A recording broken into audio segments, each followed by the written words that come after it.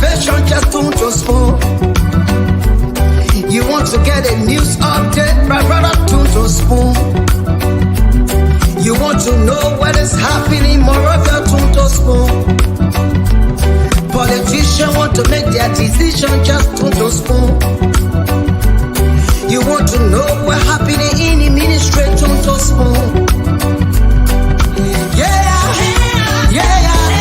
to spoon.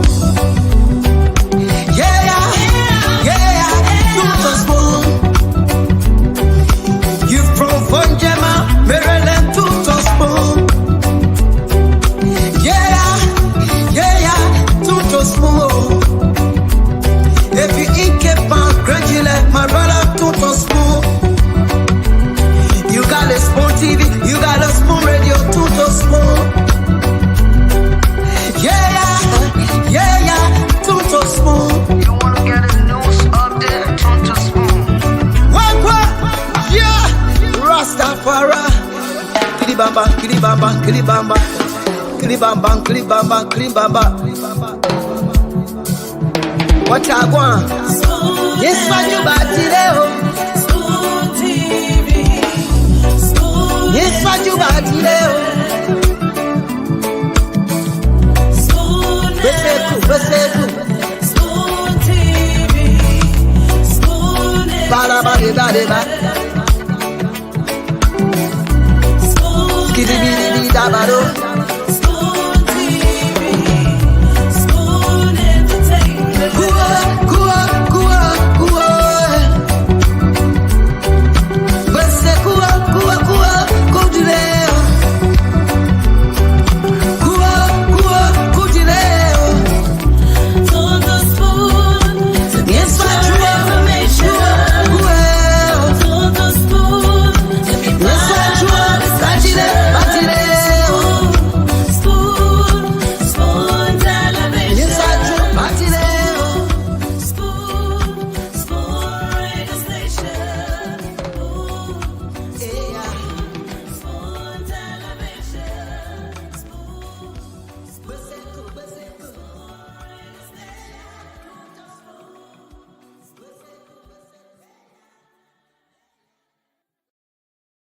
Mention to ask the legal advisor to the president why he dropped the case against me. I've done nothing. I don't know who this guy is, and he defend my character for the work that I have done for this country. For the I've served every government that I've come, and I've left a print. But the legal advisor, Bushman Keita, told the president of the Republic of Liberia, he instructed the Senate court prosecutor to drop the case without my knowledge. I did not drop this case. I want us to go through the legal proceeding. Whatever judgment that come with it, I will settle for it. I am going to the mansion with my supporter, and I'm going there to stay there until I hear from Bushman Keita why they dropped the case. In the meantime, my case is still standing in the civil court.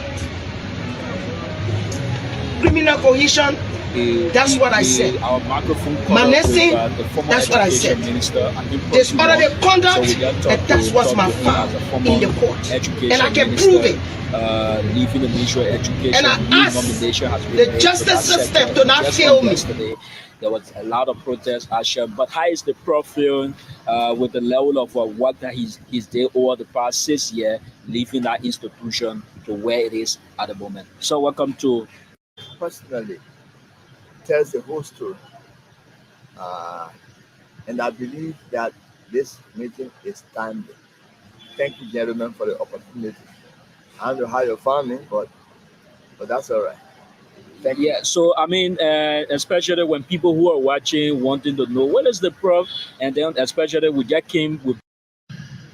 Because no functionary of no government anywhere can ever say I have reached my point of full satisfaction. But I believe that what we were able to accomplish at the ministry, where we pick it up from, where we are leaving it, is substantially different. And the new minister, I wish her all the best, She got all my prayers and my support. And I, at any time she wanted to talk to me, I'll be willing, because what we have put in place should be added on. Of course, every minister, every government got their own vision, and most of the time, successors and governments don't like to give credit to predecessors. They would suggest that they're not opposition. But for me, I stand from a different perspective. Regardless of where you are, where you come from, you do a piece of job, I give you the credit. If you don't do it well, I made mention and suggest. The Ministry of Education is not um, one of those that the minister will be taking on it from zero. No, absolutely not. And we believe where it is. Even when the transition team met with us at the Ministry of Education, one thing I always requested them was, look, please, we are 12 ministers here. Um, because of the size of the ministry, because of its functions and activities, because the ministry is one of the largest functionary of the government. We cover every territory in this country. I will propose, like we did when we came as minister, if the government can maintain 2 or 3 of my ministers, that would be fine. In that case, like we benefited, there were 2 ministers that we maintained. We nominated them and we maintained them. Who are those? A minister for basic and secondary, and the minister for TVET, science and tech. When we came, they were already there as assistant ministers. It didn't make sense for us to advocate for their departure. It didn't make sense. Now there was a lot that we got out of them. We didn't have to start from zero. Because mind you, every time you are appointed somewhere, everybody may not like you, especially at the civil service level. But if there is a ministerial person who consider themselves at the ministerial level, it's easy to relate to you. So we're very happy that we kept those 2 ministers, and now we propose that if they can keep 2 or 3, we are 12. So from 12, if you kept 2 or 3, you don't regret, especially if you keep among the best. I heard a few days ago the nomination of James Ama Masakwa as the Deputy Minister for Administration. Truly speaking, I believe he's one of the best persons that I worked with for the 6 years. His character, his deportment, his respect, his honor, his integrity. Of course, nobody can vouch for anybody 100%, because human being is human being. They can have a different mind. But from the 6 years working together, meeting every Monday I met with them. Got updates for them from every Monday. He, working with his boss man, the deputy for administration, provided me the support. And this is why to be after able to we move win, the ministry. we not appoint any unity Palestinian government.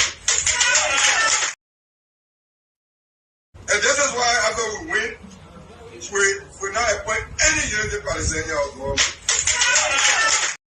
Once you heard that, you didn't talk on the private jet. Just 15 seconds. Yeah, you want me to talk about that one, right? Yeah, 15 seconds. The vice president flew on a private jet offered by a friend was wrong. John Biase and friend gave him private jet and he was flying in from Mora.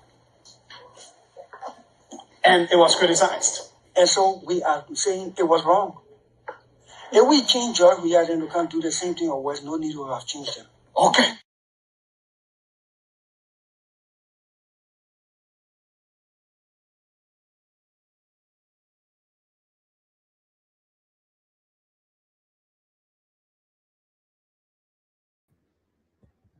The requirement of every cabinet minister and head of agency to sign a performance contract as a way of not only ensuring that delivery rates are met, but also enhancing efficiency within the government. In addition, I am mandating all officials of government to immediately declare their assets, to comply with the anti-graft regulations as required, and more importantly, ensure the promotion of integrity and just service. I want to make it clear that we want to show that we will do this with no tolerance for corruption. And I must say that corruption, filthy from the people's coffers, and those found to be in breach of these laws will account for the public items in their custody. There will be no impunity. As I say, the end to the wise is not. It is about time that Liberia becomes a country that will be respected, a country of integrity, a country that cares for its people. We'll be monitoring your performances against the target you will set and hold you accountable. Monitoring would not only be within intend to support mechanisms that will ensure that others follow closely as well.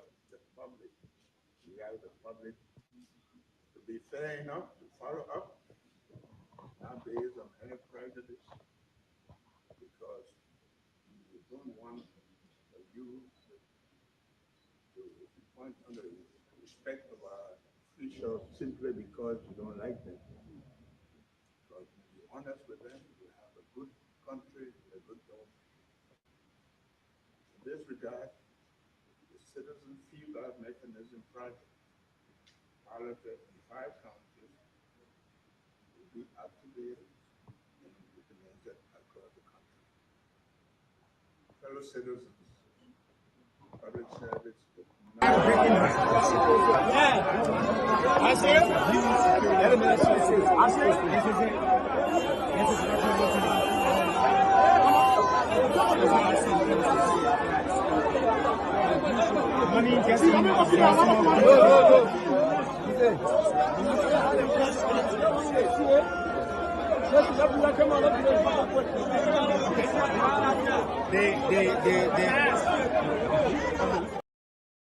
You said you can face the director? Yes. Before you become the director, you want to see his car. You don't want to feel his car? When was the last time you feel his car? Yeah. I think my last time was 4 months now. About 4 months. Don't you think that's where he got the intelligence from? No. I've been dealing with him for how many years now? When he was deputy IG of police, when he also security, I was using the whole operation cars. You don't feel all part of security operation cars.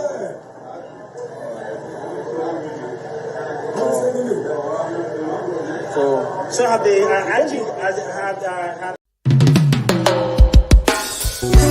Yes, sir. A special one from the CEO, Stanton with the spoon. And your boy, Friday the Southern Band. Charges on the beat. To the spoon to get your information. To the spoon to be part of our discussion.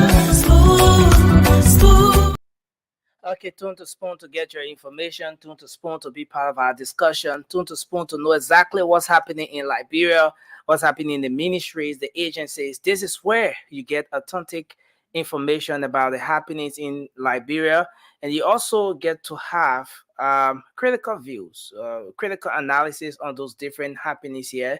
And I'd like to say welcome to the show. Here on this platform, we tolerate that diverse views. We tolerate opposing views. You just have to be safer in doing that, and we appreciate the fact that we are not just on the stream, but there are people on the other side of the stream who are making contribution to this process. Thanks to our ardent followers, all of you across the internet who always make up time to be here. Thanks to our YouTube audience on Spoon Talk Live, our Facebook audience on Spoon TV, on Fabric TV, and on Super TV. Thanks to our radio audience as well. We're live across Liberia and across the Spoon Network, Spoon TV 107.5, Fabric TV, Fabric FM 101.1, and Super FM 95.5. We appreciate all the partner radio stations across the country that are always there to relay this program. We appreciate you. Tonight is going to be a great show. It's going to be a fascinating discussion. You don't want to miss this edition of the Late Night Show. We encourage you to, first of all, share the program as you come on tonight. Just share the program. It doesn't matter where you're watching from. Share the program. And because there's a whole lot coming up tonight. And let me just go across, man, and welcome the folks. I'm Nelson Collier. Let me bring in our crew members. Let me see, who are those here? Okay, so our guest today on the program is going to be joining us, as we stated before coming on here today, the lead investigator of the LMP in the Council Gloria Mususkat case will be here tonight. Mr. Moreau Dennis. He left the police. He resigned, according to information we've received. But he's going to be here. Why did he resign? What do we need to know? What's about the report? What did he and others uncovered? Why serving as the lead investigator of this particular case or on this particular case? What were the circumstances leading to his resignation? And a whole lot we're going to talk about here tonight. So you don't want to miss this edition of the Late Night Show. Let me go across and welcome our panelists. Let me bring in, let me bring the female first. Shirley Stein, our own sister, welcome to the show. It's good to have you on tonight. Thank you. Yeah. Thanks for having me. Thanks a whole lot. It's good to see you. I was just following your show not too long. Safari Testify. It was a great show. Touching story. Thank you. And it's great that we have you here tonight. Thank you. I'm happy to be here.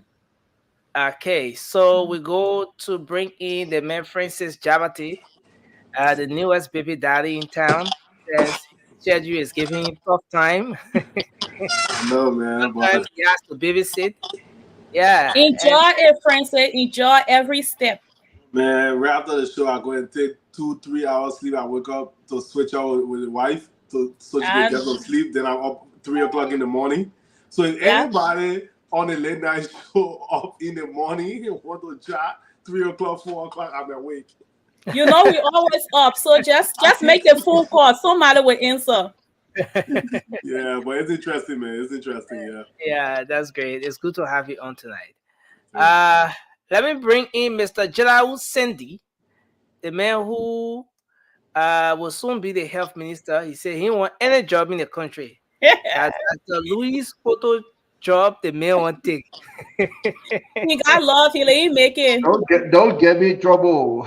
He will get it. It's good to be here, man. How you doing? Yes, sir. It's good to have I don't you. want no health minister job now. Maybe in the future. Yeah. No. Okay, in the future or now. But what if it comes now? Sometimes our expectations come sooner than we expect. Nelson, to be quite frank, we have a very well-learned, well-experienced health minister. Even though I disagree that she, because she don't have administrative background, but she's a well-learned woman. So let's give her a chance.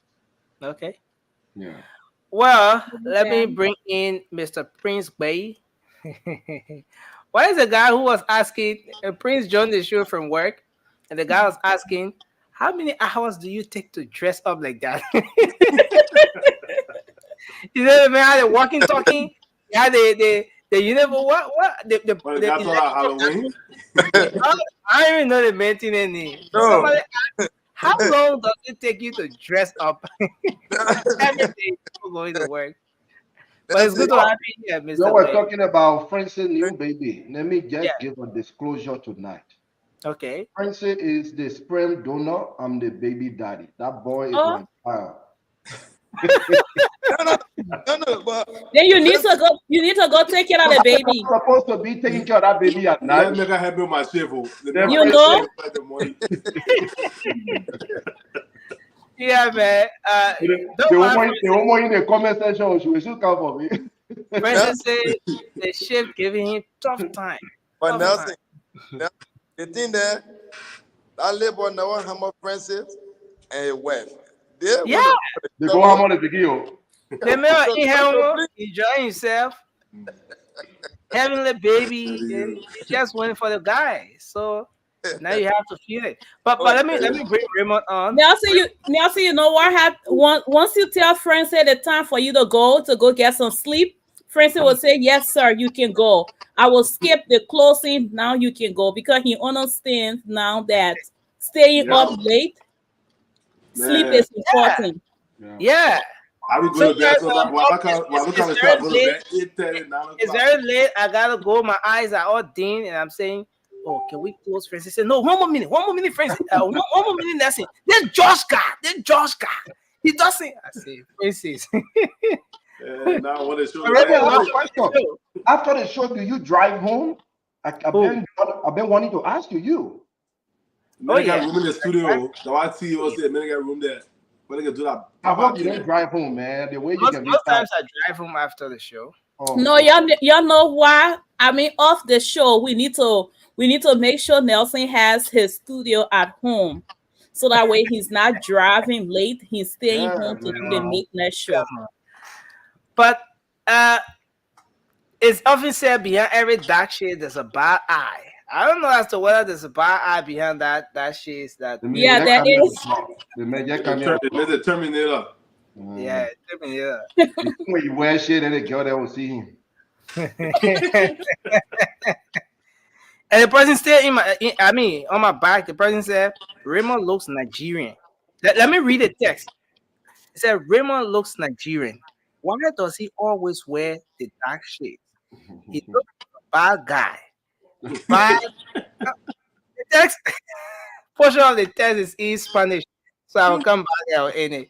But also you there reading Raymond stuff. Somebody is actually on you here. The person said you're not married, so you're sleeping in the studio. Oh,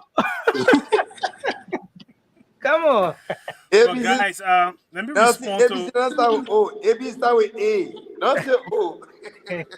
Let me respond to my brother Cindy. He knows I'm off the market, so I'm not wearing the dark shades to attract Okay. Congratulations. Yo, make out to I will say Nini. I know my brother. I know. Yeah, but it's a good thing to be here, man. Just so you know, Raymond said he's off the market. That's a good one. And we're about to start the show. Let's do our quick intro because we have our guest. He's trying to come on. We hope we can have him on, and then we can move on to other issues once we're done. It depends on how soon we get done. Then we are going to move to other issues. Yeah, but today the president did the commissioning. Anyway, guys, just do your opening, and then we're gonna come back. I will give the updates. Yeah. So let's start with Shirley, and then Shirley, you can take over as I try to make a quick adjustment here. Okay, so you guys heard I'm the co-host for today. You get a button. So I don't have the button to put y'all on mute. So if I tell y'all it's done, it's done. But I'm so happy to be here, guys. To talk about Liberia. I had time to watch the Spoon talk today, and I think I was really troubled to know that the minister for LRA spending $125 LSPC, I think the Liberia aviation Yeah, not LRA. Not LRA, but LAC or for the something. port. Yeah, thank you for that correction. Rabat International Airport. Robert Field International Airport. Yeah, spending $125 to rent a car. And just listening to him today, I don't understand why. I was just like, and I felt that he wasn't even taking responsibility or looking at the big picture. It was all about giving excuses. And I don't think like somebody who trying to take over or take responsibility or account of what is not right. It's just like, okay, they rented a car, they offer to rent it, so I'm driving it, or they send me 3 pictures to get a chair and then I pick one without even asking as a leader to say, how much is this going to cost us? How much is the rental car? How much are we paying a day? How long are we going to keep this car for? None of that. 250, somebody said 125 to 250. Whatever the amount is, though, I just like he did not show up today to be like, hey, guys, I know this is wrong. Let me see how we can fix this, or let me see how I can fix this.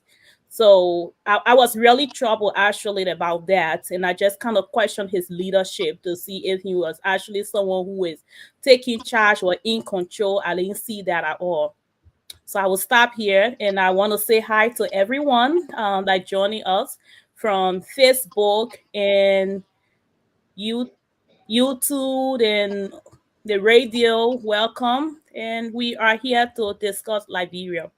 So I will go over to my brother Francis. Yeah, good morning, good evening. For me, what's on my mind also comes from the Spoon Talk show today with Senator McGill defending free education.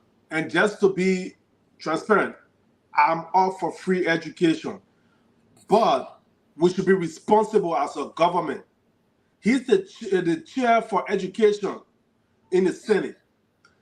The first thing he should be focusing on, budget, money, money, money. He even admitted that during that time, some of the teachers did not even get paid on time or for months.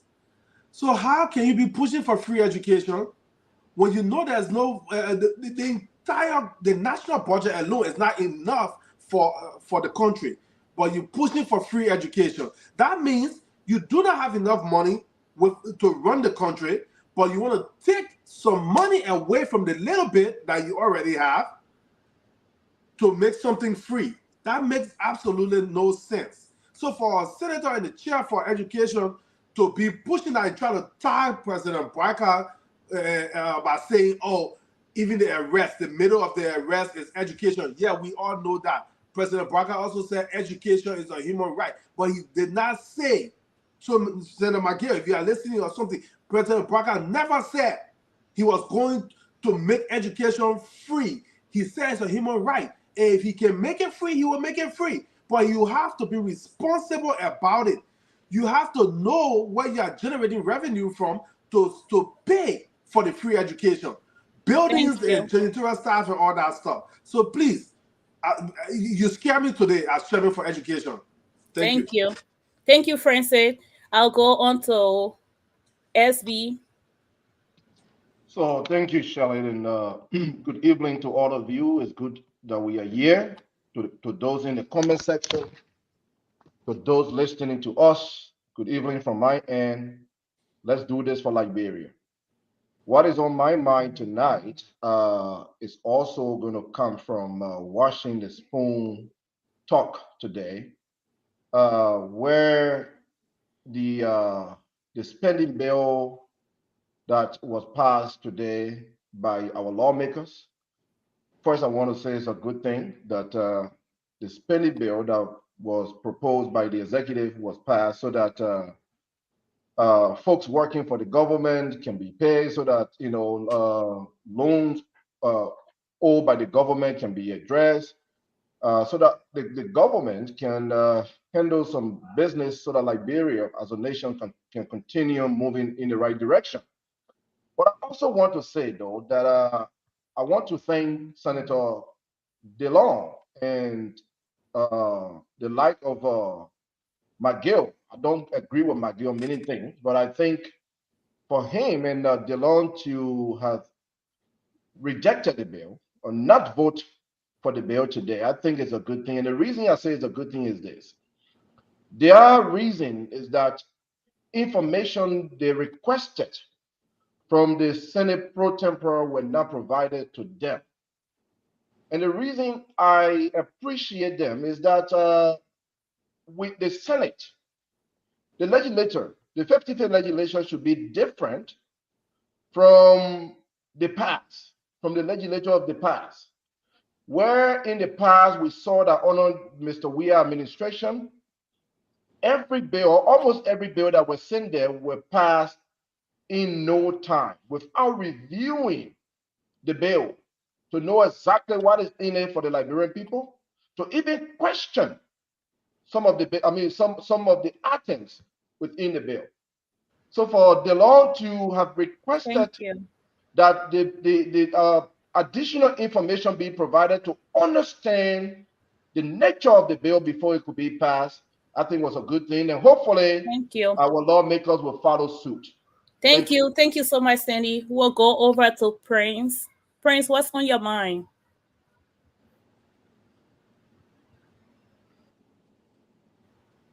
Your phone is on mute.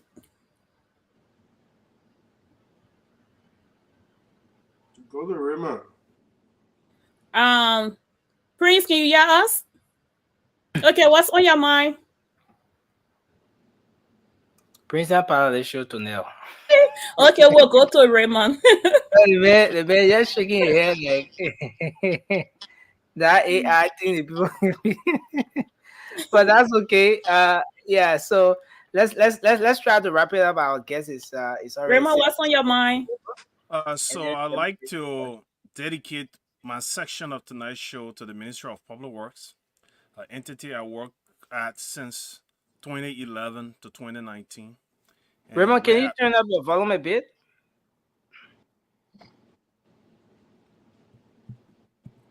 Okay. You want to try it? Hello, can you get me now? Am I loud and clear? Yes. It's much better.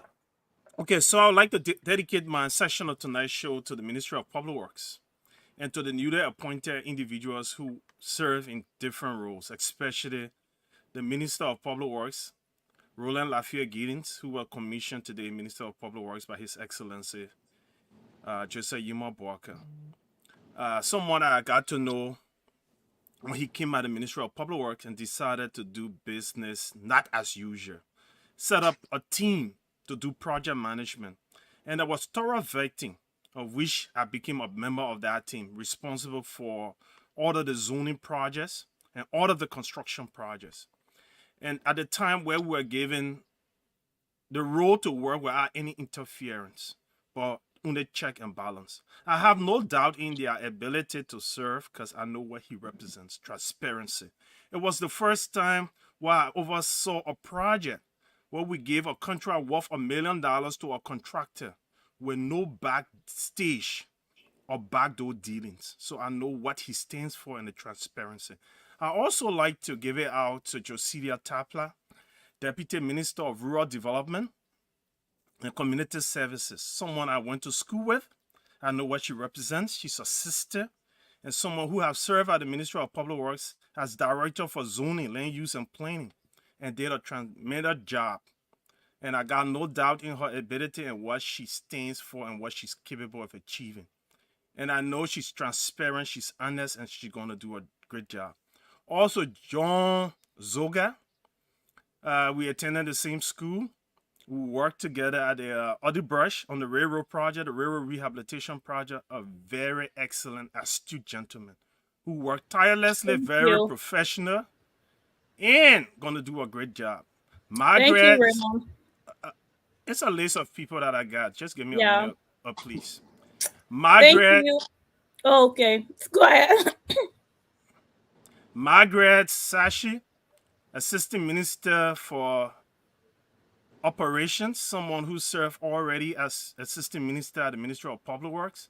She never knew the day she got appointed by her former Excellency Ellen Johnson Sirleaf. Again, one of the longest serving female at the time at the Ministry of Public Works. And when the opening was done, she got appointed. She only got phone calls. It was a surprise. My former boss, Sonny Yata Dwatsime, who served as technical assistant to the past Minister Judy Moore. He's now Minister of Construction. Isaac V, another astute young gentleman. Raymond, thank you. Thank you so much. Thank you. How long did I speak for that you had to cut me off, please? I just get to know if you had any time. Oh, 3 minutes. Yeah. Less than 3 minutes. I call only 5 names. How could I have? Come on, Raymond. Come on.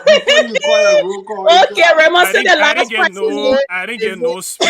But that's okay, guys. It was something that you guys never wanted to hear. The last person is so we can be fair and trustable. No. I've been caught up many times, and that makes anyone lose their train of thought. You guys not interested in that, so. All right. Well, thank you so much, Raymond. Nelson, I'm gonna turn it over to you. Yeah. So we have our guests already here, but I see so many of our colleagues are in the background. I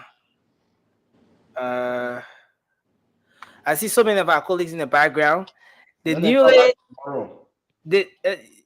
people will come back tomorrow. Eh? Let me bring George the Lone Seditious on the show. Let me bring the Chief Information Officer. Josh, your camera is not camera for now. Communication, Mr. Sheikh Sharif. Okay.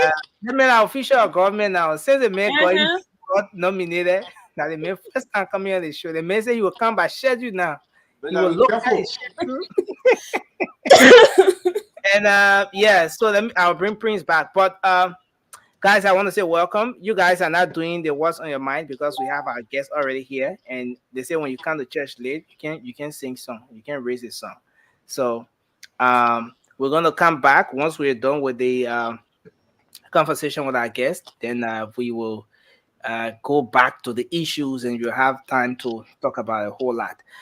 But today, as we stated yesterday, we thought to bring on someone who have served this country, and following his service to Liberia, he decided to exit service to country precisely at the level of the Liberia National Police, and he's basically giving us more information on something we've been talking about a whole lot, something that the entire country have been so much concerned about, talking about the Council of Gloria Musu-Scott versus the Republic of Liberia, that case, the case that came on as a result of the death of Charles Musu.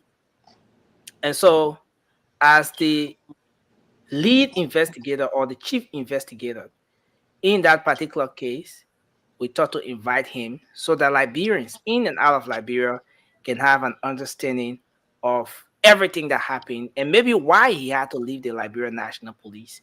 So Mr. Monroe Dennis is with us tonight. Let me just bring him on. Dennis, welcome. It's good to have you tonight on the Late Night Show. Thanks for joining us. Thanks for accepting our invite to be here tonight. Thank you, Nelson. Also thank to your core panelists and of course the listening public. It's a pleasure to be here. To the time given to me, I would your own time has running to my time. So, but anyway, I need some time. It's good to be here. And there's a clause in our constitution that say we value unpretending our country cause for defending. So anything I have to do with the country, I interpose no objection, being in the position to provide information, especially when I'm opportune to have the information. So it's good to be here. Yes, sir. Thank you, and we appreciate you for that as well. But you just want to tell we want to start this conversation by giving you the time, a few minutes to just tell our audience who you are, who is Mr. Monroe Dennis. Say a bit about who's talking to us, just a minute or two as we dive into the actual conversation. Yeah, Mr. Monroe Dennis is a Liberian citizen. Of course, I'm a devoted Christian and an ordained elder in a Wesleyan church, to be specific, looking at Wesleyan church. I come from a criminal investigation background, and of course, I hold a bachelor degree in public administration, and I was doing my master's in divinity at the AME University where I left. And right now, I'm studying criminal justice. I'm doing my master in criminal justice and law enforcement. I graduated from the United Nations Class 2. I think we should have about 46 classes or there above. I graduated from United Nations Class 2. And having graduated from United Nations Class 2, but then the police has not gone through the entire reform. So they had this system there that people graduating from the academy was most likely to go to the criminal investigation department, what we call now the crime services department. Of course, are one of the many officers that have had the opportunity to have gone to work in CSD. I went there, I did my basic criminal investigation course. I did my advanced criminal investigation course. Then I had the opportunity to do what we call the land manager program. It's like a sergeant level, and I went up to the middle management level. Of course, I serve as LNP representative to the lawyer. I have had opportunity to have gone to some of the better law enforcement academy in the world, including the very years that I'm reserving now. I graduated from the International Law Enforcement Academy in the United States of America back in 2013. It made me to be among the first group of Liberians to have attended the International Law Enforcement Academy here in the States. I went to China. I graduated from the National Police University in China. I went to Egypt. I graduated from the Egyptian Police College, and also did course in international tourism at the International Institute of Special Forces Training there in Egypt. Then I went to Ghana. I graduated from the Ghana Institute of Management and Public Administration. Some of you may know GIMPA. It's one of the few prestigious universities in Liberia. I did a postgraduate diploma there, but I graduated with distinction. Then, of course, I graduated from the regional law enforcement training in America. The U.S. government, U.S. Department of State, sponsoring an institute in Ghana called the West Africa Regional Training Institute. Both law enforcement officer and lawyer go there for legal studies and law enforcement studies. Then I went to Botswana to the International Law Enforcement Academy where I did further investigation and criminal investigation. I've written and published 3 various articles on law enforcement. The first one is called The Delusion of Criminal Investigation in Our Today's Society. They were published in the Hot Pepper newspaper and St. Lucie newspaper called, I think, the Cyclone. Yeah. And of course, I wrote another one called Police Community Relationship, Sorry Approaching the Fight Against Crime. And of course, I did the last one called The Importance of Personal Security in our today's world. Of course, I read another one on drugs before I left the country because the guy from DA, I needed to get statistics on it. And I could not get the kind of statistics that I wanted to publish my full article. So on the abuse of drugs. So I left it out. So by the way, yes. The literature is rich. It's very rich. And lastly, I'm the former chief investigator for the Liberia National Police and lead investigator in the Global Muzuka case. Next thing, by the way, if I may ask, do you have copy of the report? Okay, yeah. So let me get to that. I know that people I don't like to go with insinuation. People like to, most of the time people do away with the facts and want to employ their own talks and ideology. So it's better we have the report on hand. I will proceed. I stand to maintain my professional ground, even though I'm not in the police again, but I'm not a politician, so I don't want to go anywhere that will look otherwise political. Just stand to maintain my professional posture. So let the report be on hand, then we can, as we go about. Great. Yeah, thank you. Now, with all of what you've said, and from your intro, you've left a lot of people with this question, with this rich credential, so many international trainings, so many local trainings. A lot was invested into getting you ready professionally to serve this country, the LMP. The first question is, why did you resign? Why did you leave the Liberia National Police? Former chief investigator of the Liberia National Police, the lead investigator in the Councillor Gloria Musu-Scott case. What were the circumstances leading to your resignation from the LMP? And Lawson, quite frankly, that's a brilliant question. In a normal situation, I don't think the chief investigator that bears the core ever want to abandon such a position and leave Liberia. But they know the federal law nation calls for self-perseverance. If you can't preserve your life, then you can't preserve your level in your heredity or friends. How be it, we are all human beings. Of course, we see situations sometimes because of critical stand people look out. Otherwise, we got a way of thinking of the African mentality.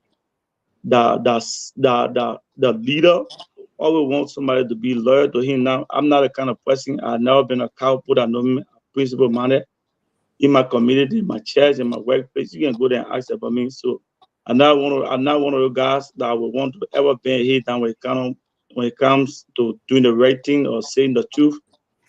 So I think I needed to just give it a space because I was being looked at. Otherwise, at one point in time, I've been looked at. I'll be from you next. I never interacted with Councillor Scott in our family. I'm a professional. I'm being in my professional capacity. Obviously, her name is a household name Liberia, owing to the fact that the very position that she held before. But prior to the investigation, I never interacted with her. But from a criminal investigation background, the reason why we conduct investigation to establish the facts, and investigation to prove and disprove. Anybody can do research, of course. So if I see the investigation is not proceeding the way I want for it to proceed, and I try to express some reservation, and other people try to look at me to be otherwise, I think it's sufficient for me to step back and do the best thing that I did. Wow. Okay, so I'm trying to get this ready here. I hope we can get this ready in as soon as possible time. Yeah. So, but I just want you to take on from here, sir. You were the lead investigator in this particular case, something that's caught the attention of everyone, Liberians across the country, across the world. Now, it gets to a point where sometimes people try to link your resignation to this particular case, that you presided or you serve as lead investigator on. Is there any reason why anybody should link your resignation to this particular case, your role played in this case? Nelson, quite frankly, I wouldn't want to base my assertion on assumption, because basically a criminal investigation by nature taught me to be fact-driven instead of dwelling on people's assumption, how people feel. But what I can tell you for fact, I believed the first thing I immediately I approached the case with an enthusiasm. You can speak to the lawyer. one of the toughest investigators, a lead investigator on our case. Only because I wanted to go for the facts. And if I had lost moving Nelson moving forward, there's only criminal investigation is called the 4 principles of criminal investigation. Those are real criminal investigation, you know, the 4 principles. The first one that's only there called the procedural principle, the one that called the attribute principle, and the evidence principle, and the crime scene source related principle. The first thing, someone might ask the question, how did Mauro Denny become the lead investigator? Yeah, in my capacity, I was chief investigator, but it does not automatically gives me the right to be chief investigator. Because cases that have to do with the kind of perplexity or sensitive nature, anybody with vast experience or that comes to the job with a lot of qualification can be obviously appointed to serve as lead investigator. So when you read about the attribute principle in criminal investigation, it tells you that as an investigator, you should have that strong self-discipline. You should be legally and ethically inclined. You should be free of bias, and you should be respected. And I think owing to the facts that Mauro Denny comes with such a qualification and competence, that's the reason why in a senior staff meeting, I was nominated to serve as the lead investigator in that matter. And of course, thereafter, I resumed such a responsibility. Now, moving forward with the case. When the case occurred, our guy from the homicide responded to the scene. They what we call the initial responding. He gathered the facts. But then it needed our intervention. So then when I was appointed chief investigator, I went there with my team. Anybody that visited, there was scores of journalists that visited the scene. And I remember even the inclusive of the very network I'm on right now, the Spoon network. I took a cream of investigators down there. Our best. You go into CSE now, all the best investigators you find out they visited that scene. Because I wanted for all to have an empirical understanding of an empirical appreciation of the crime scene. And I've been reading a couple of newspapers. I've been seeing my name in the federal media online. But you know, not many people seek to go for information. So people just take the information as it is and run with it. So when we visited the scene, we went there, visited the scene, took our car from burglary because initially they said that, you know, and the children were enter the building. But quite frankly, if you visit the house, and I want you, Nancy, probably you can have time to visit it. The house is protected to a larger extent. It's kind of strange because ordinarily in Liberia, we know how people build those steel doors. Those steel doors are built to have the house protected from intruder. It doesn't extend to the living room that provide a partition from the living room to the room. But this is a different case. In the house, when you enter the living room, before you can enter the what we refer to as the sleeping compartment of the house, the sleeping compartment of the house, you got to go through the steel door. We have TD security on board at night. So when we assess the house, assess the federal windows, spoke to the security board, and I got tons of recording, everything. I tell you can ask the lawyer. It was not done illegally. Every time they went to investigation, I told the lawyer, I said I wanted for all to have it recorded because we're proceeding by standard in the investigation. And I tell you the only way you can have a successful investigation is to be free. It should be free of possession. It should be free of prejudice. It should be free of bias. And that's the reason why, as a in 2020, May 27, when I wrote my article, the effect of delusional criminal investigation of society. I now knew that article was being a reality in 2003 with the Global case. So we're seeing someone might see we're on the red trajectory. We're seeing a most professional manner in our case. So we did all do interview people. Initially, when the incident occurred, community dweller, they got the house flooded in an attempt to assist Councillor Scott and her family. So as soon as the incident occurred, the community people were all in our house. In fact, even the community guard even assisted to take the victim to the hospital, wherever we identified them. Now, how did we identify them? We identified them to what we call community, what we call neighborhood care violence. Neighborhood care violence, how to do it in like what we call the background investigation. So what we call the neighborhood care violence, community care violence in criminal investigation. Well, when a crime is being committed, we go to the community to speak to people who may have heard what, who may have seen what, who may have had certain information that is of evidential importance to the investigation. So those are things we seek to achieve. And we did all of those, lucky, and we're able to identify potential gap. But now then we speak to the security, because we have three security in the yard. One of those security inclusive of Councillor Scott, who relative that having to be a first cousin called Anthony Musu. So Anthony Musu, he tells the investigation that we were in the Palau House around 10 the day. We heard a noise coming from the house, like a little child crying. So I spoke to he and the other security, because they had two to the Palau, the other one to the back, and the other one called Zion, Ty, Anthony, and Councillor Scott cousin. So he said, so the little girl was crying in the house.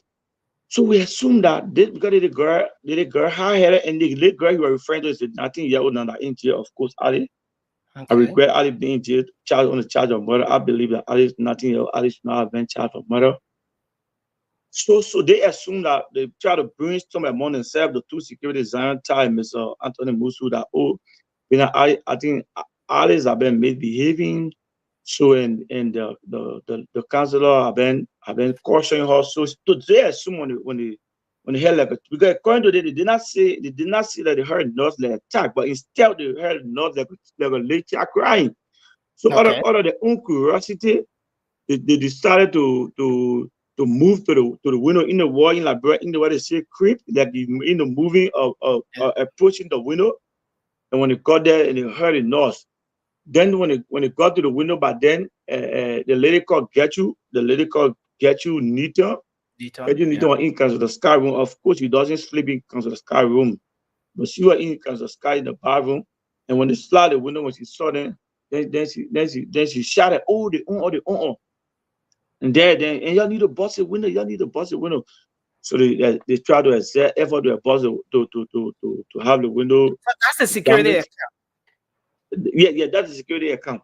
So I just want to provide a nitty-gritty. I want to have it on a clef. I want to have it on a clef playing field that everyone listening to the broadcast now or the podcast may have an appreciation of the entire case.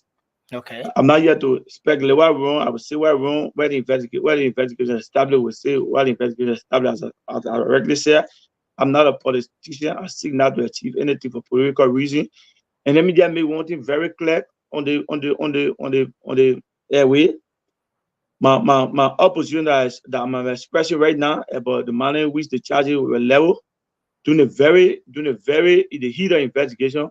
I'm maintaining that position I expressed it. So it's not something that I've been cowed out. I say, oh, because somebody might say, what is man saying this now? No. You can go there and find out. And I want you, and next thing, as a matter of fact, I've been somebody that vegetarian criminal investigation, that's 18-year criminal investigation, or I always want to provide the facts.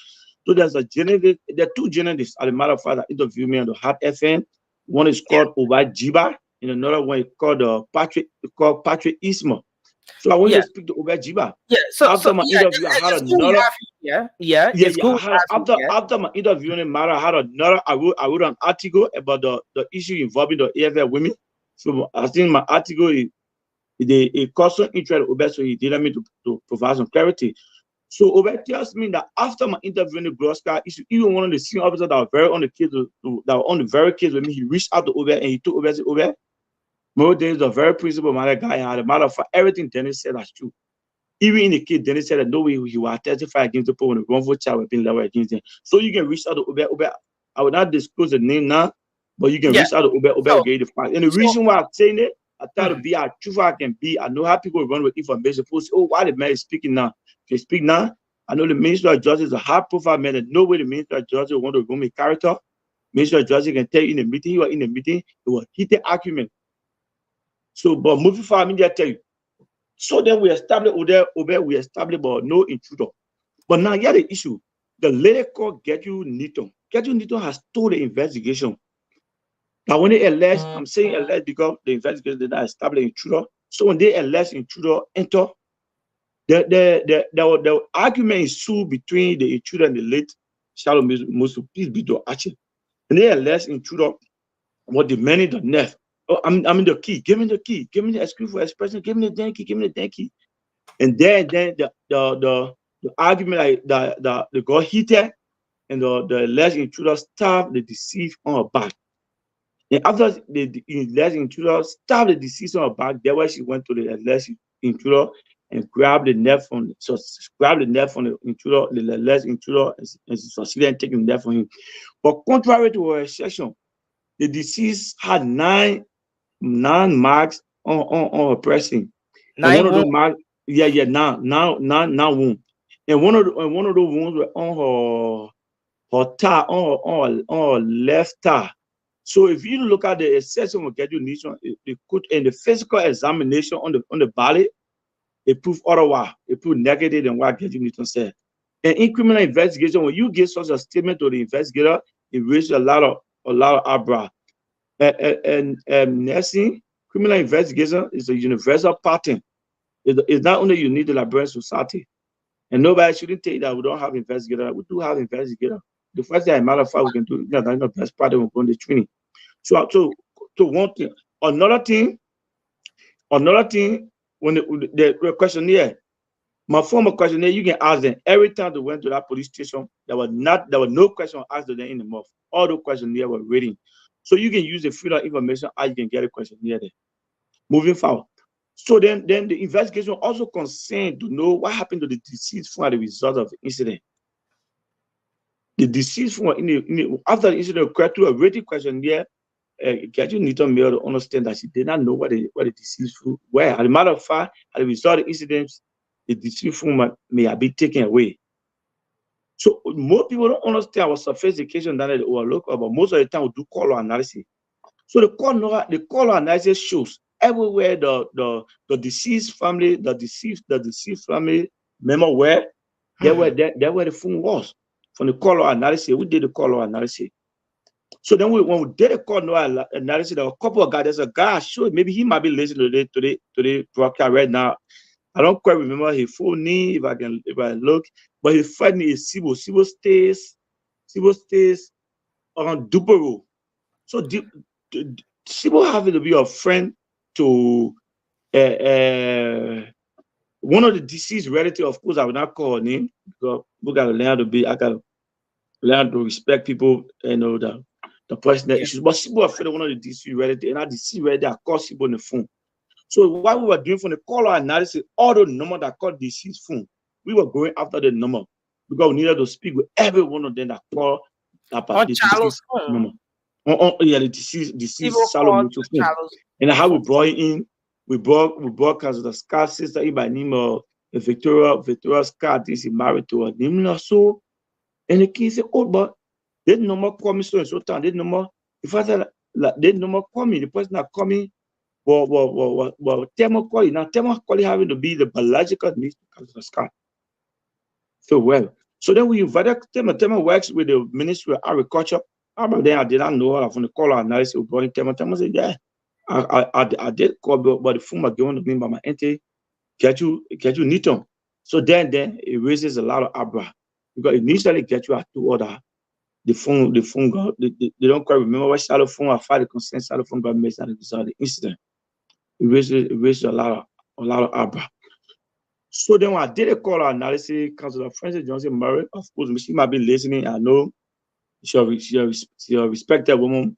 I know she wouldn't want to say any different thing from what I say here. So then when I did a call, then the next day when they came to the police station, I tried to do like an analogy. I will not straight to the point. So Councilor Frances Johnson Murray, I really admire her. She got good stars. She asks a lot of questions. So especially most of the times you ask me a lot of questions, I was flexible with them. Because the first thing, that's the essence investigation. I will read our Constitution, Article 21. Article 21 is our Liberal Constitution. It speaks to the presumption of innocence. And the presumption of innocence is a universal principle. Now, a person is presumed innocent, they're proving otherwise. So, I don't want the investigators that conduct criminal investigation. I want to come with sentiment or look at people to be guilty. No, I'm not that kind of person. A lot of people that had the opportunity to interact with me or came to the police station for investigating now that they would tell you, see, I'm a principle-minded person. So then I had two kinds of Francis Johnson Murray. I draw and acknowledge that Francis Johnson Murray.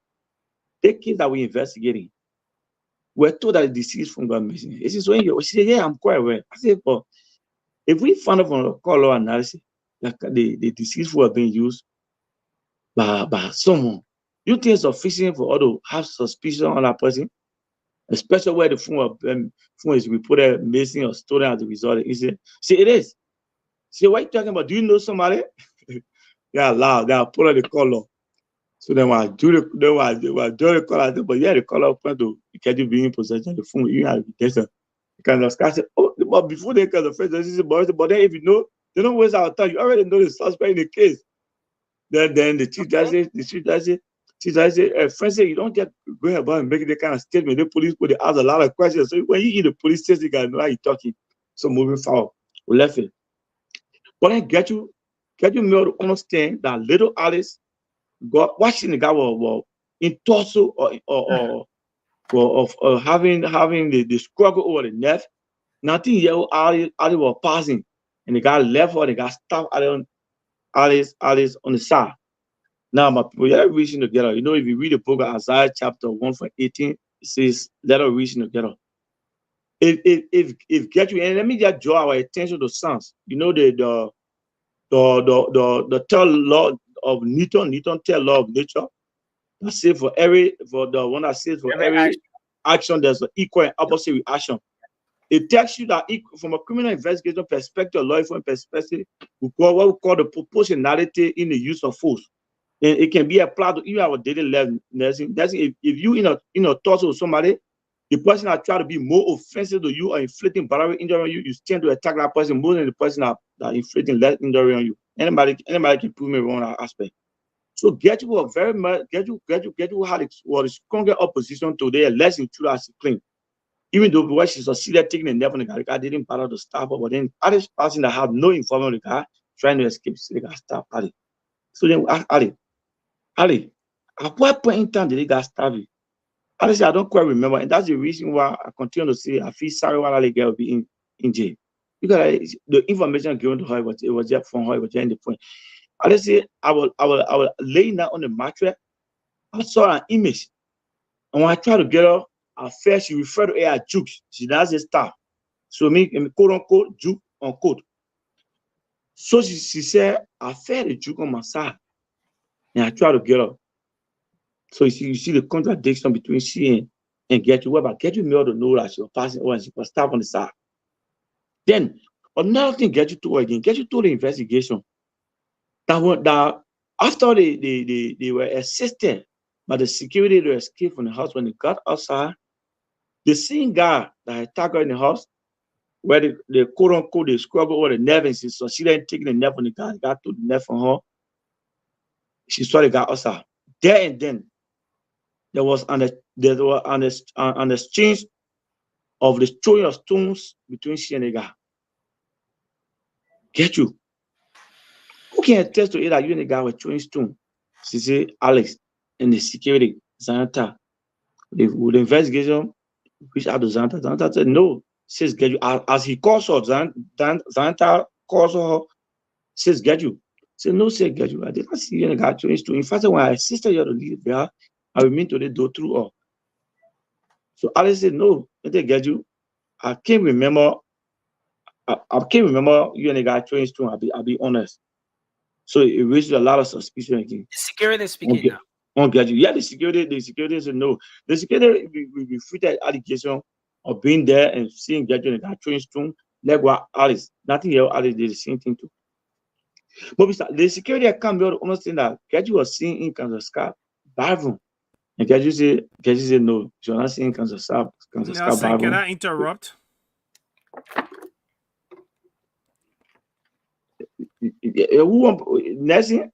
Yeah, I'm here, Nelson- sir. I'm here. So can I Nelson, go can ahead? Or excuse me, sir. Can I interrupt Yeah. Nelson? Yeah.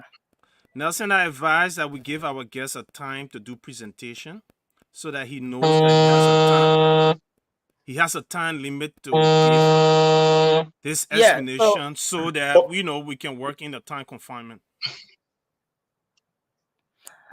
Thank you. I think Raymond got a point. Let's summarize, because yeah, that's a good we want to go into suggestion. detail. We're not moving it because it took days to get all that Mr. information Sisi, together. thank you very much. I just thought to provide a clever picture and Yeah. coming forward. Which is Because I very- gotta give it. I gotta give it a clever picture coming forward to know where my dissatisfaction came about.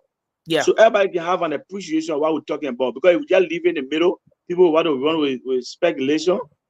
Other people might not have a clever picture of what we saying here. Yeah. Yeah. So go So ahead. then, so let me just be as fast as I can be. Mhm. So moving forward, get you and Nelson taking those kind of contradiction in the statement and stuff like that. Then the investigation decided to look at Getju as the suspect, because there's something called alibi in law and criminal investigation. If you did not know what happened or nothing went wrong, well, as we are all the doors, everything was intact, they still do, because when you enter the living room, before you enter the sleeping compartment, like Rector said, all those things are still do. So then they initially did two presentations. The U.S. Embassy also had concern in the case. The U.S. Embassy sent the representation, and they needed to get update for an investigation. And the representation was the head of he's a senior police advisor to the U.S. Embassy, Mr. Steve Kisney, so he can speak to him. Then in the presentation, the former county attorney for Montserrat County, his name is Boaka Harvey. He was in that presentation. I did a presentation. And the assistant county attorney for Montserrat County, Councilor Kutu Akwe, did the presentation. So then the presentation boils down to looking at Gertrude being a suspected person giving or the kind of different testimony. Yeah. And the investigation also draws inference that if no one from all those being tied, couple of the security own account and stuff, that no one may enter that compound, and the information provided false information to law enforcement officer. Now, so then we decide to have all the stakeholder meeting moving forward to the Ministry of Justice call when they provided the scene the scene information. We are no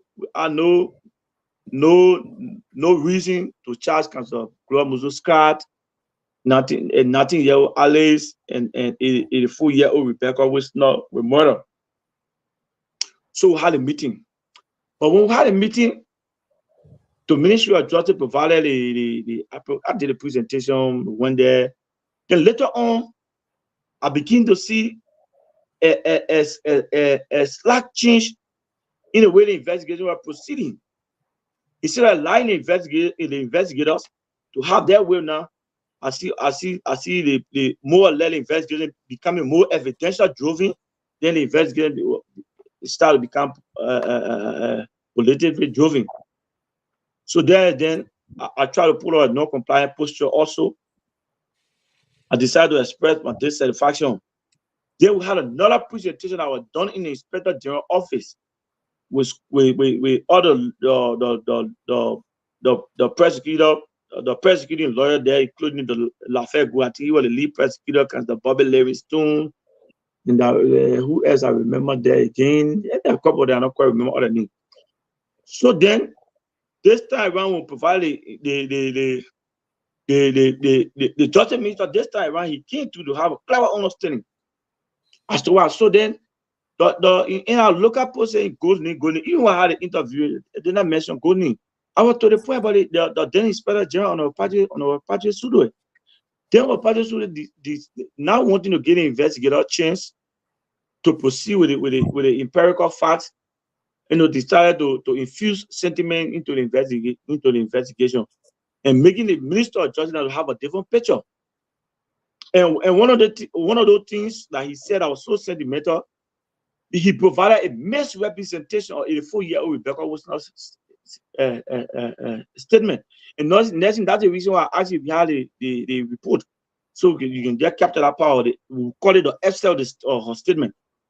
So, but I mean, they provided the information quick. So he made a minister of justice to understand that the 84-year-old man, she said that in her statement that when the incident was ongoing, she was praying.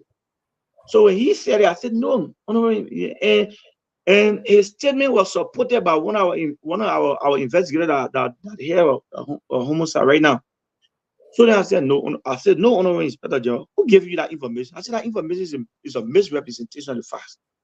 I said, Omar Rebecca Wilson, as I referred to her meeting, did not say that when the incident was ongoing, she was praying. I said no. I said that's a misrepresentation of the I told her statement. Then the Inspector General came with an emphatic voice. He said, "What do you mean? What do you mean? I'm telling you. If I say, Chief, I'm telling you." Then my colleagues supported him. But you all be the kind of thing. People always want to, even when the leader going off track, people want to support the leader. So then I said, always then I referred to, because I saw he was getting kind of angry and becoming a little more infurious. I don't want to say emotionally. So I referred to the justice minister. I said, Honorable Minister, it'll be better we bring forth the Omar statement so we can read the statement and see what is in the statement. So the justice minister said, fair. So we brought a statement, read a statement. And the Omar, she told us, she said, after she heard the first thing, 84-year-old Rebecca was not, she did not even have the courage to have left that house. It was the community people that even assisted her to get out of her. And when she got out, she was even seeing her crying. A community member took her to her for safety. So how could the Omar kill her granddaughter as she is being charged for murder now? One of the things that bothers me up to now, I felt as a miscarriage of justice and she should not have been charged. And I said it in the meeting. A lot of guys there, you can go there. They say, I need to go to the police station and speak to officers that on our kid. They will tell you, I don't want to call a name because I have my first interview. I mentioned names and post out, put the officer in harm's way, and I don't want to put anybody in harm's way. But I need to go there. You're an investigative journalist. So then she said, when after she heard her niece was being stabbed, her granddaughter was being stabbed, so she tried to intercede. And any parent who had done it, hey God, they get shooting down. Well, there was a misrepresentation. I knew that there was an underlying factor as to why she was being, her statement was being misrepresented. So then what was that underlying factor? The underlying factor was that knew the Inspector General had the intention to have everybody charged with murder, contrary to the initial stage of the investigation. Yeah, and that's the reason why they started to misinterpret that Omar statement. So I said, look, I was very encouraged. I remain very unencouraged on my stand. And I said, look, I'm a Christian. My conscience will not allow me to go and testify against the woman code of the law or anybody. I said, I don't do that. I don't make it part of me. So I'm not going to testify against the people. Then the Inspector General said, look, let me just tell you, why you feel you don't want to know the criminal investigation? You always let it behave. Why you let it all be arguing? You feel you only person, you only person no criminal investigation. Yeah, okay, we'll go testify. So I said, no, Chief. I said, no, only person no criminal investigation. I said, but I'm a court investigator, meaning I will go to the court all the time to testify, and no one will take the stage. What do you mean? I mean, now if you don't know, there's a famous case in my brother involving the former deputy EPI chief called Darlington George and a guy called Esther Glenn. I need to reach out to Esther Glenn. I'm the government state wouldn't hear about Mauro Dennis. Everyone told me to back up on the case, not to testify against Darlington George because he said I want to vote for the police. I said no, our principal man. And I definitely not get to the end. I Esther Glenn today she respects me. And yeah, she respects me. This is interesting. So I have been that kind of person. I have been that kind of person because I know what I do and I know how I acquire knowledge in criminal investigation. So I'm not somebody that can ride around. So your major problem, your disagreement in this entire process came as a result of the charges. Yeah, as a result of the charges. So then let me tell you something. Hold on. If you read a story, Julius Caesar, Sister will put more. He will put more resilient and become more fearless in the fire. The survivability of his life. But he got broken down when he saw his own confidant, a close guy called Brutus, being the one that leading the staff on him. So when I saw the way things were going, I come in. I join and acknowledge you to come to the point. So then I respected Councillor Lafayette for a very long time. He one of the critical voices in our country that I respect, very astute lawyer. So then when I saw him going the path with the Inspector General, then I said to him, I said, Councillor, go. I said, you all. That's why I joined the issue of justice. I said, Councillor, go, you all. He said, what do you mean? You want to be political? I said, Councillor, go. I respected you so dearly for years. Okay, he said that be encouraging the kind of thing that's going on here. He laughed about it. He said, you want to be political, eh? I respect him so much as a chief. Even have one law information you were running on Fabric Radio, you invited me there or I said about that before. But right after that, for right now, me and him, we with the bitterness between me and him, even when I came to the state, we had a bitter class in all two Facebook chatting. And even the country and turning off me, he will have a class that smash all the documents. I'll be honest, you need to go out, you can speak to Pudu Akwe, they will tell you Pudu Akwe to intervene, you can know your big brother, you've served in the police before. So those were my dissatisfaction. Because if Father Councillor Gloria Muzuska should not even have been charged for murder. The first thing, let me just tell you something. I want you to ask any lawyer, and I want you to ask anybody that understands criminal investigation to a larger extent. Before you charge somebody with murder, or if you get a penal code, I want you to read 14.1. I'm sorry, I don't have the penal code right now. If you read 14.1 of the librarian of our penal code, it speaks to murder. Before somebody can be charged with murder, the penal code says, or our law says, there should exist two things. And the Sunni called the mali photos. The mali photos, it had to do with what we refer to in simple things that knowing it purposely. Yeah, I'm going to come back to you, sir. I'm going to come back to you. No, I just want to draw, our brother said we should do a summary. So I just want to draw down why I believe. Because actually, if I say they should have been child with murder, I should be able to get the audience the reason why they should not be child with murder. And that's why we're going to have a round table. Everyone here is going to have a question. So Nelson, let me interrupt again. Yeah, I'm coming, Raymond. Everyone here is going to ask you a question that will give you more time to even expand. Okay, fair enough. Some of the things that you didn't touch on, but at the end I think it's pretty enough for people to know what constitutes murder. Because in my saying that they should not have been child murder, I should be able to know there's only English called the context clue. The context clue. So when you're speaking in context, you gotta provide a clue to the context so everybody can have an appreciation. If you say that you can't be child murder, then what constitutes murder? Somebody might ask that question. That's the reason why I wanted to bother them what constitutes murder. But it's okay, you can go ahead. Okay, so you're gonna have the time to expand on that more, but I just want to come in quickly and I'll give the floor over for the folks to ask you. You have the time to go in details into the other issues. As the lead investigator on this entire case, are you saying to Liberians across the world tonight that your investigation uncovered that there was absolutely no intruder, no one intruded into that home? There was no sign of someone breaking into the home of Councillor Gloria Muzuska on the night when Chalo passed. Yeah, and nothing. I don't agree with the charges. I believe the misrepresentation of the charges.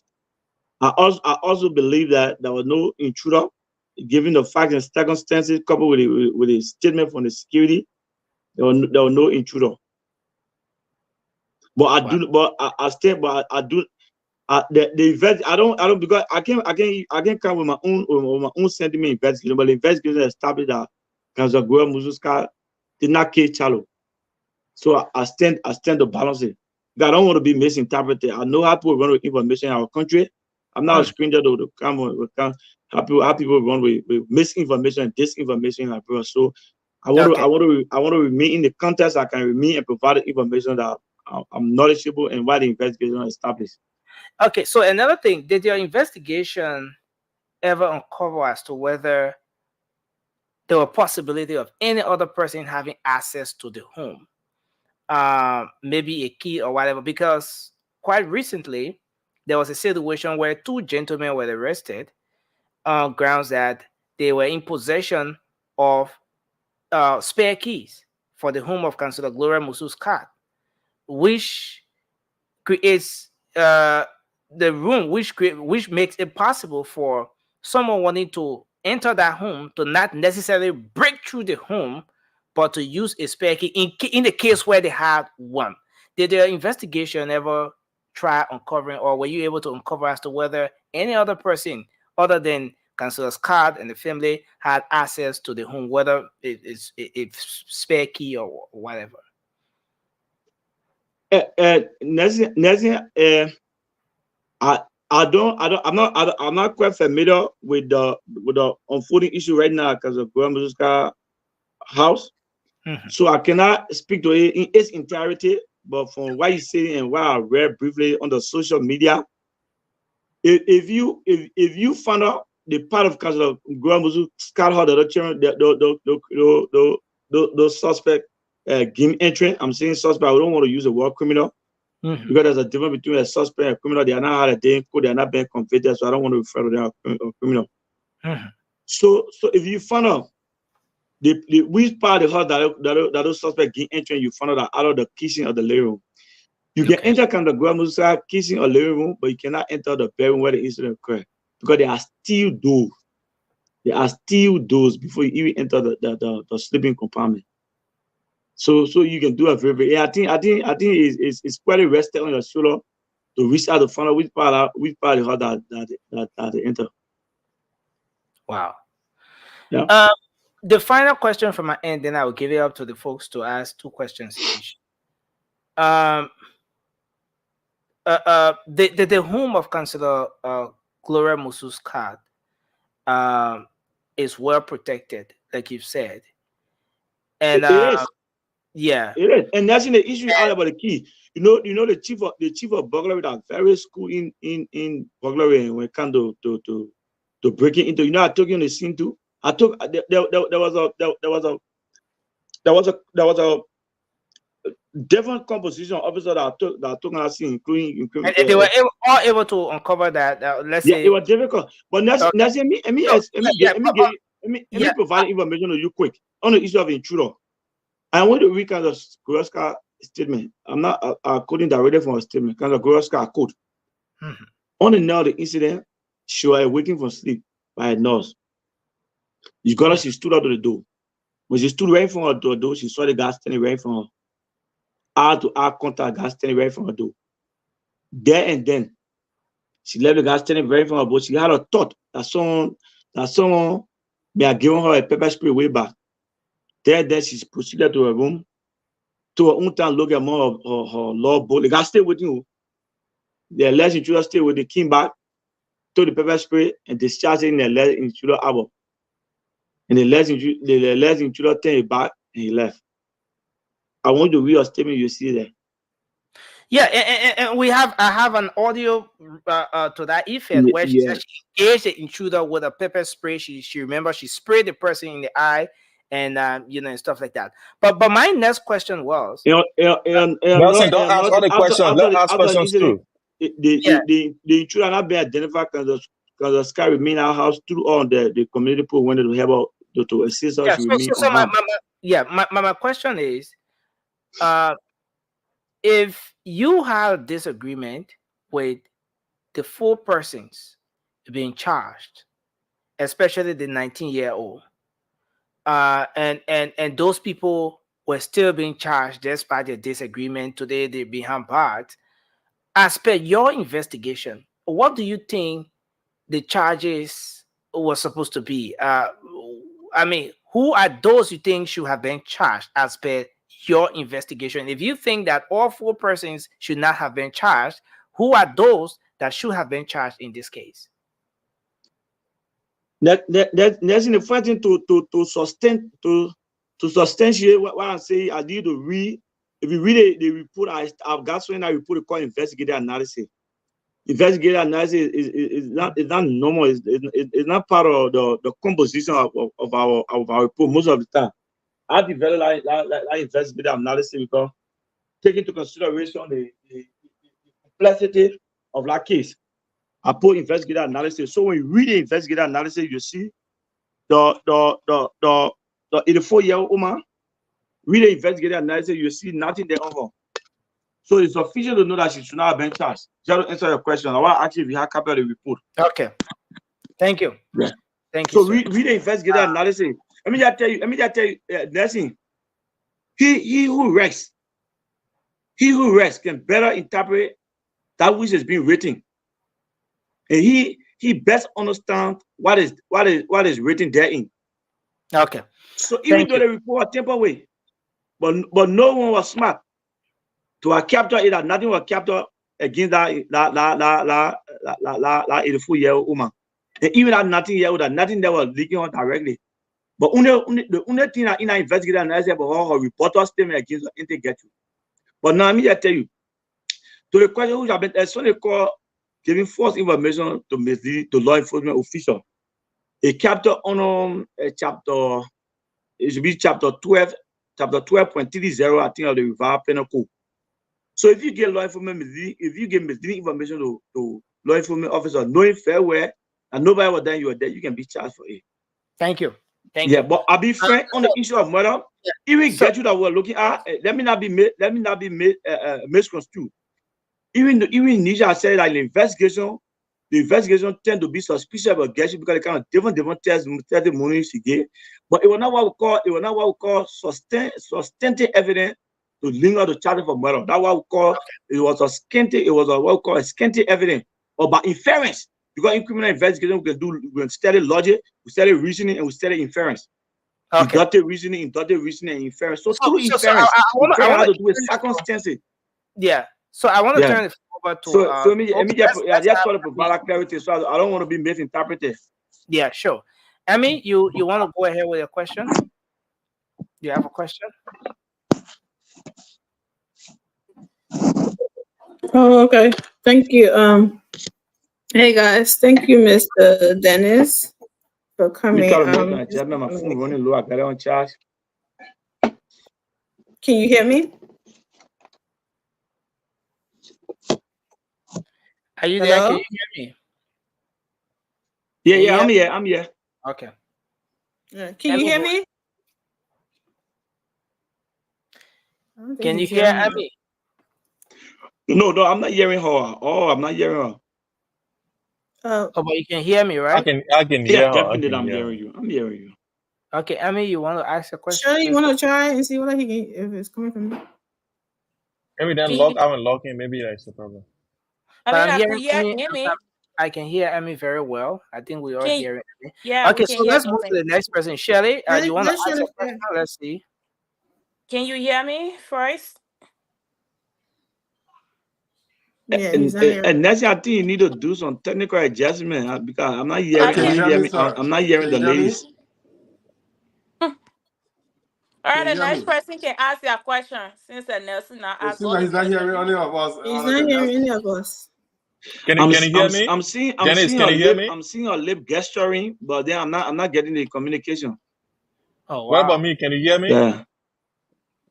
No, Josh, he's not hearing you on a lip movie. Okay, so you want to log out and come back? You want to log out and can you hear me? Dennis, yeah, definitely. I'm hearing you, Remo. You are very clear, Remo. I'm hearing you. Are you serious, Remo? You got wish. What you do? No, you guys need to get yourself a microphone. Remo, please mute. Okay. Go ahead, Remo. Can you hear Francis? Yeah, you. If you can hear Remo, you should hear me. Okay, so who spoke just now? That's Cindy, right? I think yes. Yeah, so probably under the microphone he's speaking up. So let's have Raymond come in. I think after Raymond spoke, somebody spoke in the background. After Raymond, I got the person. That means okay. So Mr. Sandy.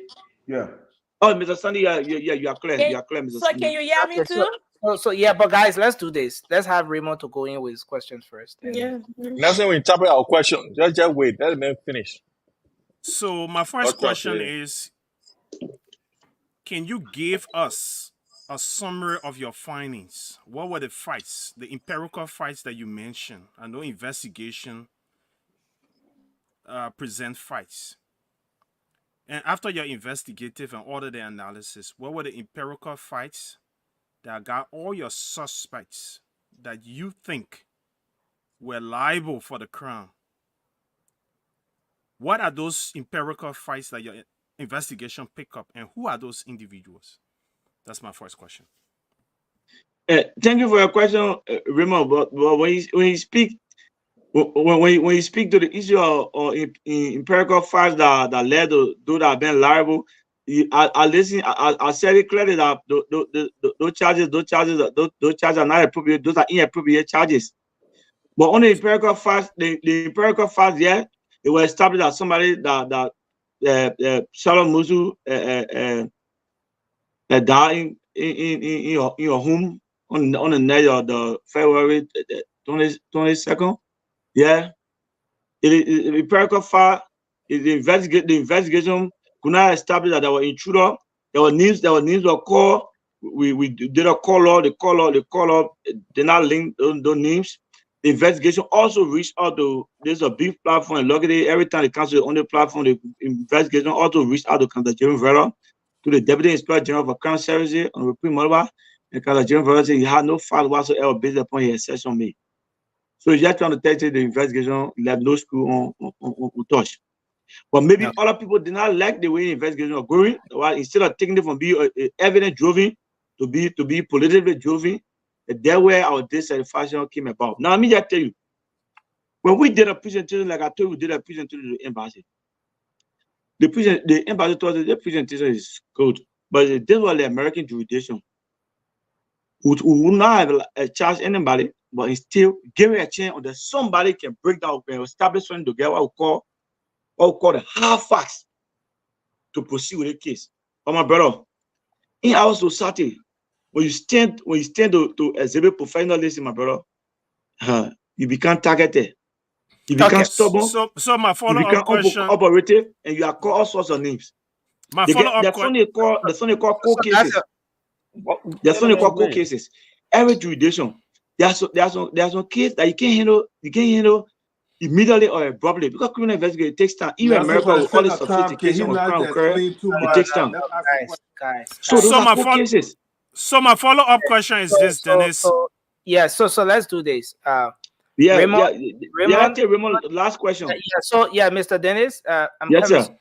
Yeah. So Raymond, your last question, and then we have Sandy coming in. So my follow-up question is, yes, sir. According to your investigative findings and your analysis, no one should have been charged for murder, and that your investigative findings did not find any empirical evidence to charge anyone for murder. And why you don't think that it's logical that someone who have hard copies of the keys and might have gone through the doors, and there could not be some collision to have done this? Why it's not logical to your conclusion? The reason why all the dogs were intact, all the doors were intact. There was no way that one of the doors were never tampered with. One of the windows were not tampered with. Even the very security locked the door at night. The security locked the door at night. And even the security they themselves, they said it, that they were wondering as to how possible somebody would enter the house. And on the issue of charging, like I said, in criminal investigation is universal. It's not only unique to Liberia. There's something called inference. Inference has to do with it based on your interaction with the person, the way the person responds to statement. It's like the circumstances. So for your own judgment, you can come up with your inference based upon the way we interact with the person, based upon the fact we get it. So our own judgment, inference, almost like judgment in the matter of the investigation, we can say that why is Geju saying that she succeeded in taking the nerve from the guy? When in fact, if you are taking the nerve from the guy, tell me, the nerve is a sharp instrument. If you succeed in taking somebody to the blade, if you take your hand to take that blade from that person, there's a likelihood, or you sustain a major injury in your hand, or probably you might even lose one of your fingers. Anybody can prove me wrong. Thank you, sir. So based upon that, say so she's succeeded in taking the nerve from the guy. and the guy So, did not call him to Nelson, that I'm, person. Ne- So in Nelson, the I'm Mali sorry. investigation, in the Mali investigator, we can infer Yeah, that. so Nelson, yeah. I'm sorry, but let me disagree with Dennis. Yeah, I did martial art. I'm able to take a yeah. knife from someone's hands without touching the blade. So your conclusion that someone has to take a blade from someone by touching the blade is faulty. I wasn't a part. I'm not an investigator. I'm able to step. Hold on. Let me just conclude my statement. Yeah. I'm able to step your hands where you have a blade, and the blade can fall. I'm able to hold your wrist and turn it to an angle that you will have to release the blade. So all of these things are options, and these are logical conclusions. I'm not an investigator, but from logical conclusion, I can disagree with you. Thank you. And quite frankly, I appreciate your disagreement, but I like the way you put it, that you're a martial artist. Now, I mean, you understand. Even under our law, if a martial artist, by virtue of your status of martial artist, if you enter into a fight with another person, the law stands to give you a bigger charge as compared to somebody that's not a martial artist. So those are put that are distinct. Thank you. Those are put out distinct. And they come with a lot of skills. And what you say, I'll tell you that the reason why I'm telling you, I'm not telling you, and I don't want to be misinterpreted. I said, I did not say it was a hard fact. I said, based upon the different, and I get different instances, I know why you only capitalize on the net. I made mention about the phone, I made mention about the statement, I made mention about the disagreement between she and the little girl. And I said that it's more likely, I use the word more likely. Thank you. If you're taking it for somebody like this, there's a likelihood that I never caught the person. But now you're a martial artist. You're artist weapon and tactics. So if you come with never, I can look. You think you're talking about the wrist? I can look at your wrist and I can tell never you are harming me because the reason why is the skills. Thank you. What we call take down. So, thank you. Let's take Cindy. So anyone that did take down, you can take never somebody. Please go ahead, sir. But I'm not saying I was a fusion reason to charge it. Like the reason why I say inferring, like Mr. Dennis, we have. Can you hear me? I did not say how fast. So, let's take so, Cindy. Remember, I would satisfy your concern. Yes. All right, sir. Thank you. Yeah, Mr. Dennis, I just want you to kindly go to the point because we left with just limited time now. We're almost out of time. Yes. Okay, that's good. Yeah, so we have all the panelists, just one person have asked questions so far. The rest of the folks are yet to ask their questions. Yeah, so they can go ahead. Within time. Cindy, you want to go ahead quickly? Yes, sir. Mr. Dennis, evening. Yes, sir. Welcome to the show. Thank you, sir. I appreciate it. You stated so far, you're the only person welcoming of all the panelists. You stated earlier during your explanation that there was a meeting held. Yes, sir. During that meeting, there was a series of meetings, but one particular there was that particular meeting held. Yes, sir. During that particular meeting, there was discussion not to charge Madam Gloria Musu-Scott and the others with murder.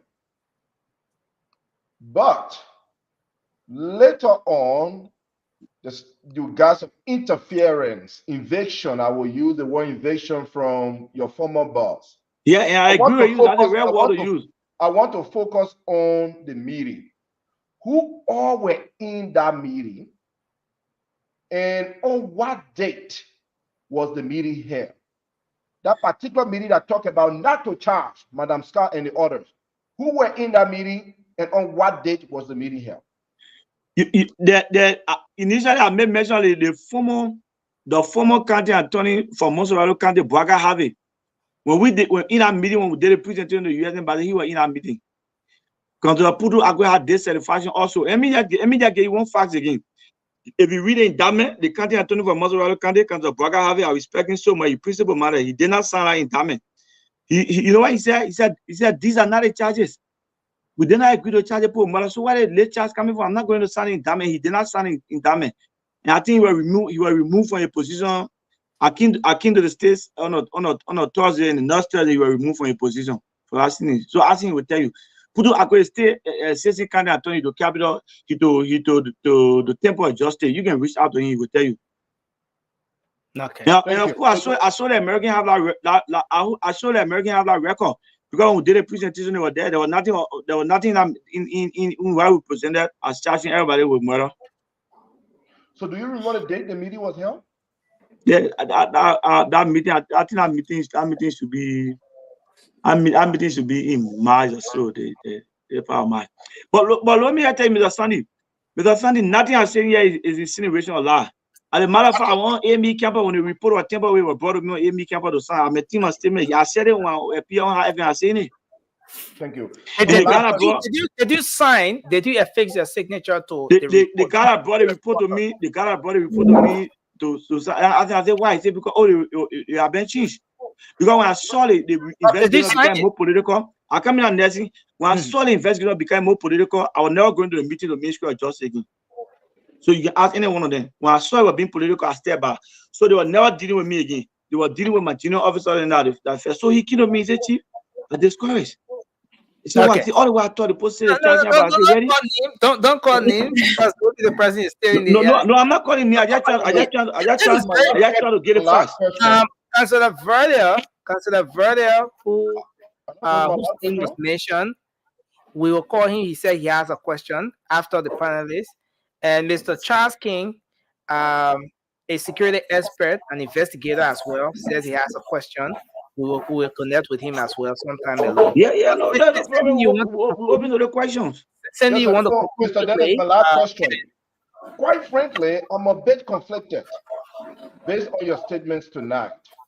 At one point, you're saying that Madam Scott, in fact, every one of them should not have been charged with murder. Yeah, I'm a team. But then you also then made a statement regarding her position, her statement as to when she pepper sprayed the alleged killer.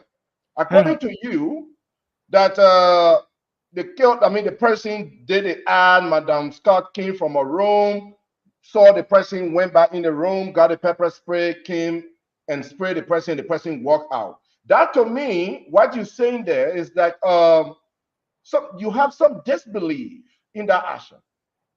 Can you clarify that? Yeah, and Mr. Sandy, like I said, look, Mr. Sandy, people charge for based upon the rule. People charge for based on the rule. If the investigation did not establish that intruder entered the house, does it sufficient to have them charged with murder? No, it's not sufficient because meanwhile the investigation did not establish they know how fast. They are continuing to say they know how fast. There's no evidential material to say that they killed. And the reason why you see I wanted to define what is murder. So I mean that Councillor Scott should not have been charged for murder. Okay, thank you. Yeah, thank you, sir. Now let's move to Emmy. Emmy, you want to ask a question? Can you hear me now, sir? Okay, Emmy, just ask a question. I'll repeat your question to him. Well, he mentioned about Miss Getcher. That I think that's the one he had some question about, right? He said she gave him conflicting information. Could she? I mean, don't he think that she could have been like terrified or from what they had just been through? That could be the reason why she was having giving conflicting information. Yeah. Okay. So did you get her question, Mr. Dennis? No, not well. Okay. So Miss Gertrude, she's saying, as per the information provided here by you, you said you said that she provided conflicting information during the investigative process. Could it? No, I said I did not. I said get you need to. I hope you understand anything very clear. Yeah, exactly. Okay. She provided conflicting information. Yeah. During the investigation. Could it have been because of the trauma or due to the trauma that goes or that came with the entire situation and the scaffold and everything that happened in the house? Do you think that could have been responsible for the conflicting information, quote unquote, that she provided during the investigation? And that's after the incident occurred, the statement was taken from getting it down. I think 6 days after the incident. So we all know when an incident occurred, initially people suffer from the traumatic situation as a result of the incident. But then after 6 days, the person might have a sober reflection. They might be able to give you the account. You know, on the flip side, all I put to the stand to be with that trauma for some time. But the good thing, she was represented by some of the best lawyers. So, and at one point in time, the lawyer told the lawyer, said, look, you gotta be straight with the investigator and getting the information, and you can speak to Council Fire Sally. Yeah. So my second question would be, let me tell you, there's a tendency in investigation. That it's easy to say the truth. Mr. Dennis, let's have a come with a second question, then you respond. Okay, yeah. So my second question would be, since he was looking at, no, let me ask this question. What Lane Papa asked: how can he address the issue about the two autopsy situation, two reports, and did it do fingerprint on a knife to say he was confused about this lady testimony or whatever? Was there any fingerprint done on the knife? Was there any fingerprints done? And she said she took it from the person. Since she said she took it from the person, and the second thing is the issue that has to do with the autopsy.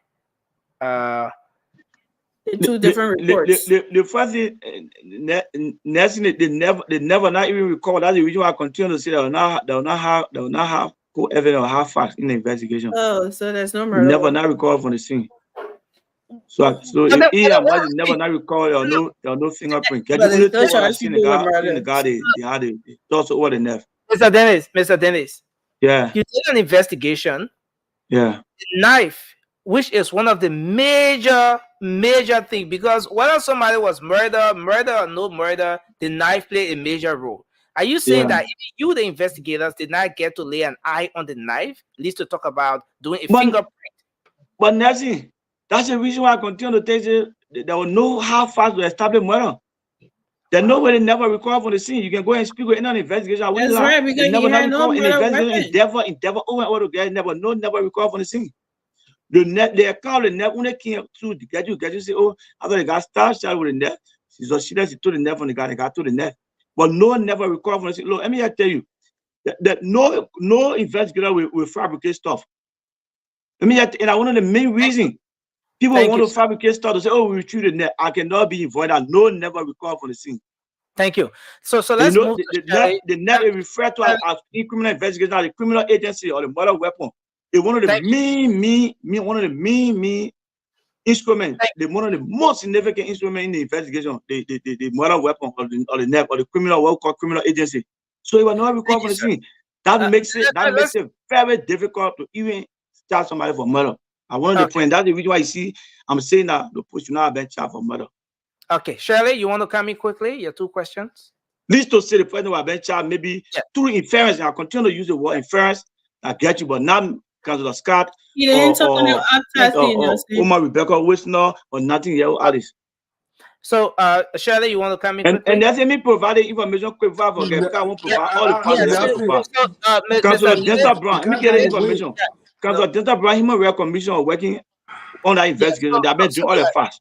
Councilor Denzel Brown can tell you initially we're not charging the poor murder because he came to my office. I spoke to him. He owned a poor investigating. I even wonder one time mistakenly left my phone. They can ask him. He said he will tell you that initially the poor should not have been charged with murder. Thank you, sir. Let's hold you there. And, no, I just provide all the facts I can provide. And bring in Shirley. Shirley, you want to ask? I'm not here to run away insinuation or provide lies. He didn't address the autopsy. Yeah, he will address that. Shirley, can you come in quickly? I think Amy asked my question, Nelson. So I think the only thing that I want to ask is when he entered the room where the body were, how many people were in the room? How many people he met in the room? I think he talked about that her room was protected, and so how many people were in the room then? Did you hear her, Mr. Dennis? No.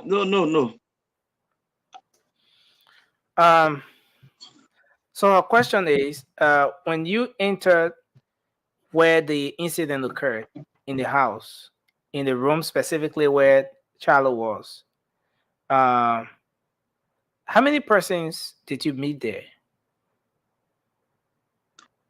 Like I regularly said, initially, I said a lot of things here. I just wanted for people to tap on what I say and continue to ask me. Because I made mention that the first responder entered that scene. Anybody can bear me witness here. I said it. And I came to investigate later on. In fact, I even started by saying that in a meeting, I got even appointed to serve as lead investigator. I made mention. So Okay. I can't. I'm not a responding officer to tell you how many presidents I met in the house. I don't want to lie, but I can tell you for sure in the house.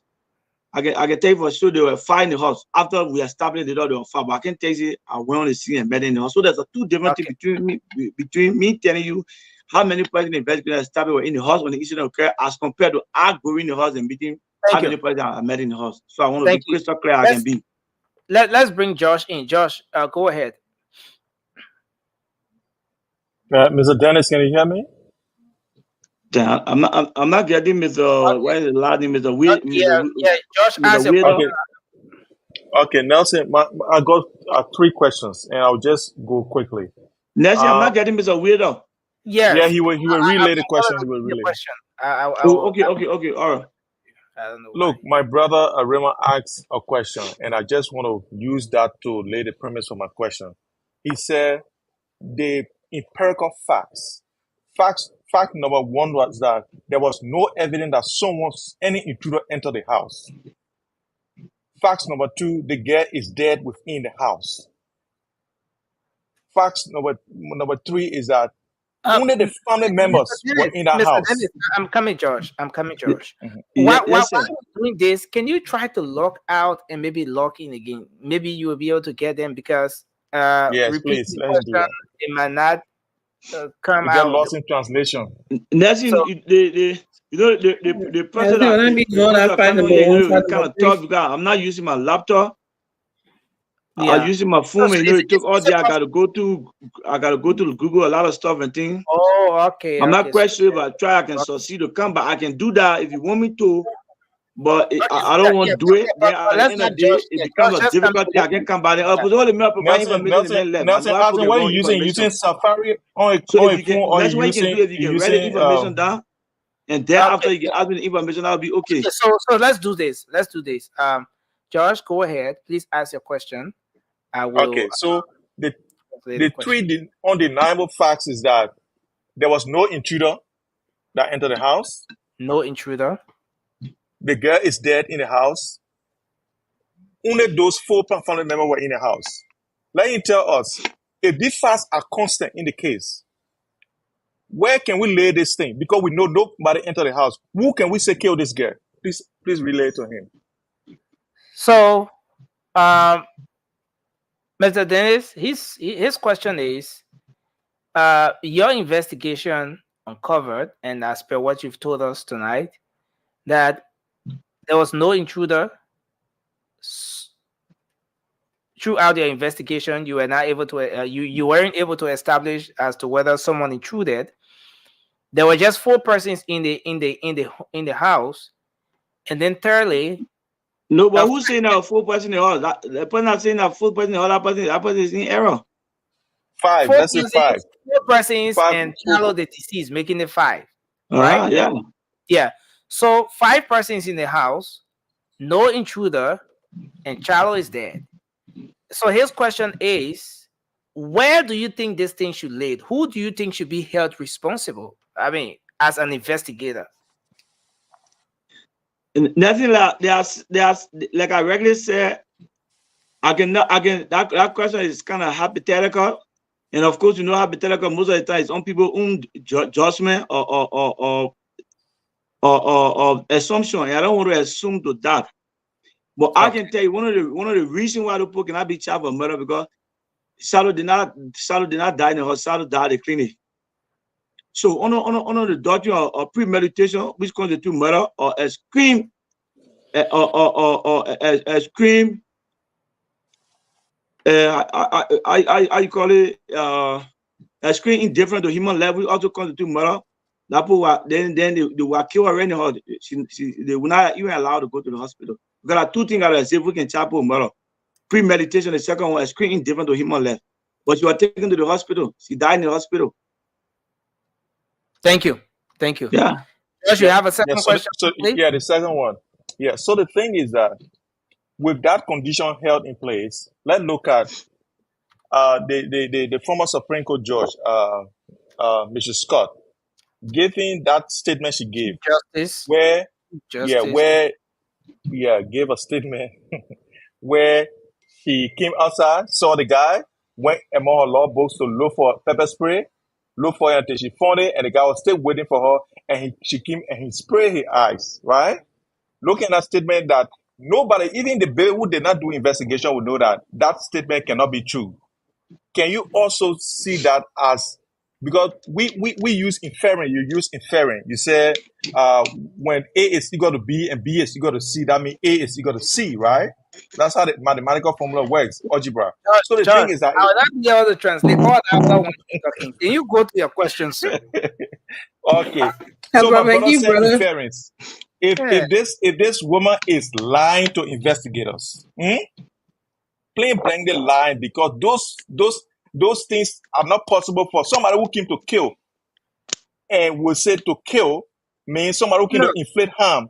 We just send to wait for you to go and look for something to. No, Josh, you're trying to. But what you said, Nelson, what you said. Josh, you're trying to infuse your feeling in this thing. I want us to do it as it is. If you say that it is not possible, then it sends a different meaning out there. So, but if that's what your question is, then that's my question. That's my question. And because guess what, my question is based on the facts that he gave. He said it. He himself. Everybody on the show, I think Cindy also made mention of that. That he said the person waited for her to go look for pepper spray to spray her face, right? So if this lady is already lying, do you think that she has some culpability in this death or in this this daily assault on the girl that led to her death? Okay, so Mr. Dennis, are you here? Yeah, go ahead. So this is so Josh is asking a question. And his question is, given the portion of your explanation where you said Councillor Scott's statement presented to you was that she went out her door, she saw the individual, she went back. Remember that she was given a pepper spray before. She went back and then got her pepper spray, and the intruder, this person is still there, and then she went back and sprayed this person with a pepper spray. Nancy, you told me that you got a report? No. But just read it. I don't want to be squared up like I'm saying my own thing. Everything so the except in the report, you read the except the report. I didn't see it. I don't want to be like I'm seeing it reading or saying my own thing. No, it's not like coming across like you're insane. I think it makes it fair enough for everybody to see what we're saying here. Yeah, but Mr. Dennis, he's asking a question from what you stated. He said, given what you said, is it possible that she could have had a hand in what happened? That draws me into perception or insinuation against Councillor Scott, which of course I'm not in the position to do. Thank you. Investigation is about digging all the facts. I cannot assume for it. I went for the fact is that the fact is established that she should not have been charged for murder. Thank you. And let me just tell you, let me make it infantile clear. I'm not on the platform to say what people want to hear. I'm here to speak the truth. There was a difference between facts and perception. People get their own perception. It's obvious. But I'm not here I'm not here to provide satisfaction to the listening ear of people that want to hear maybe this person against this person. I'm here to speak the fact. I've given you so and so name. Braga, the former county attorney there, you can reach out to him. The assistant county attorney, they already put it there. Arrest some position on the case. Obed Jiba, one all senior officer on the case. Like even senior me. He went to Obed Jiba, said, everything Moro saying at you. So that all of you can speak to Obed. Obed will say, Obed will call the senior officer. So thank you. I try to be truthful. Thank you. Scott, you know, I've been charged for murder. Sharif, you want to come in? I'm a position. Sherry, I've been smiling and you have been putting up very analytical posture. So I expect a tough question for you. So you need to come in. I don't want to get involved right now. I've been shaking your head, put an analytical, enjoy analysis. They take it point. So I thought some of the tougher questions for you. No, so I don't want to get involved right now. I'll pass. Yeah. So, Francis, you want to come in finally? Then we'll call Councilor Sari, give me the time. Who? Hello? Can you hear me? No, there's no time there. And Jeremy, I beg you, I will appreciate where any of you to try to use the freedom information and get captured that report. You all see what I'm talking about. You all see nothing on that report capture. The 4-year-old woman a child with murder right now, so you can see what I'm talking about. So let's get Francis coming in finally. Francis, please go ahead, sir. Hello, can you hear me? Just go ahead. Okay, Nelson. So my question to him is, I know I'm not an investigator, I'm not a security person, but it's just I'm trying to use the process of elimination, right? He mentioned in his statement that he wouldn't have suspected or charged a 19-year-old with killing Chado, neither Gloria, Madam Scott, or the 84-year-old grandmother. But there were 5 people in the house. So is he somehow pointing towards the 4th person who he did not mention or eliminate from that group? Do you want me to repeat that question? Yeah, can you repeat that question, sir? Previous statements he made, he said he wouldn't have charged a 19-year-old with murder. He wouldn't have charged he would have charged Madam Scott or the 84-year-old woman, but there were 5 people in the house, including the victim. So will he charge the 4th person that he did not mention or he did not eliminate? Okay. So that's Gertrude. The 4th person will be Gertrude, right? Or the other person. So as per the investigation, Francis, you said there were 4 persons, right? There were 5 people in the house, including the victim. 5 persons, yeah. But he eliminated. He said he wouldn't have charged the 19-year-old, and he's just repeated himself that Madam Scott shouldn't have been charged with murder, or the 84-year-old woman. But the 4th person, he has said nothing about charging or not charging that person. So, Mr. Dennis, his question is: do you think, given all that you've said, do you think the 4th person? Okay, so Councilor Gloria Mususcat, you've said here clearly that she shouldn't have been charged with murder, and you also said the 19-year-old should not have been charged with murder as well. And also the 84-year-old grandma. And the 84-year-old Rebecca Wisner. The 84-year-old Madam Rebecca Wisner. So do you think that the 4th person should have been charged? Does the charge of murder brought upon the 4th person, that charge, do you think that person deserves it so far as per what your own investigation was able to capture? And that's a good question. Like I said, we did not. I like the question from our sister. You see, the question, she was asking about the net, but she was just asking me. She just asked the fingerprint about the net, but that was a good question. She was asking me to recover the net. Like I said, and I continue to maintain, there was no hard evidence to charge anybody with murder. If there was a different jurisdiction where you would call a court case, we run intelligent and keep talking to people. Then I keep talking to people that maybe somebody can break down. Keep bringing in the position, talking to them, talking to the other girl. But to say even the 4th person you're talking about, which is Gertrude Newton, I have suspicion on now. Gertrude Newton, our suspicion about her, the kind of statement that she was giving, when she said, she said, when I got out of the house, and, there was exchange of throwing a stone between me and the guy. So who saw you in the guy throwing stone? He said, oh, Alex, nothing else. And nothing else said, no, and they get you. I did not see any man throwing stone. The security said, no, say get you. When I see the count of the hall, I remain to the position. How could you any man be trained to? I didn't see it. So those are all. But I call circumstantial evidence on the doctrine or inference, but it's not how far to even charge of murder. Okay, thank you. My next question. Let me just tell you something. My next question. Can I just go to the question, please? Nothing. It's like he's freezing. But let me ask you the question so when he come back, you can ask him. When it Yeah, comes, so I think he was just saying that his gadget probably his the gadget had some issues. He was finding it difficult to log on. But ask your question, just in case. Thank No, God. Maybe when you come back, you'll go to hear everybody. yeah, hopefully.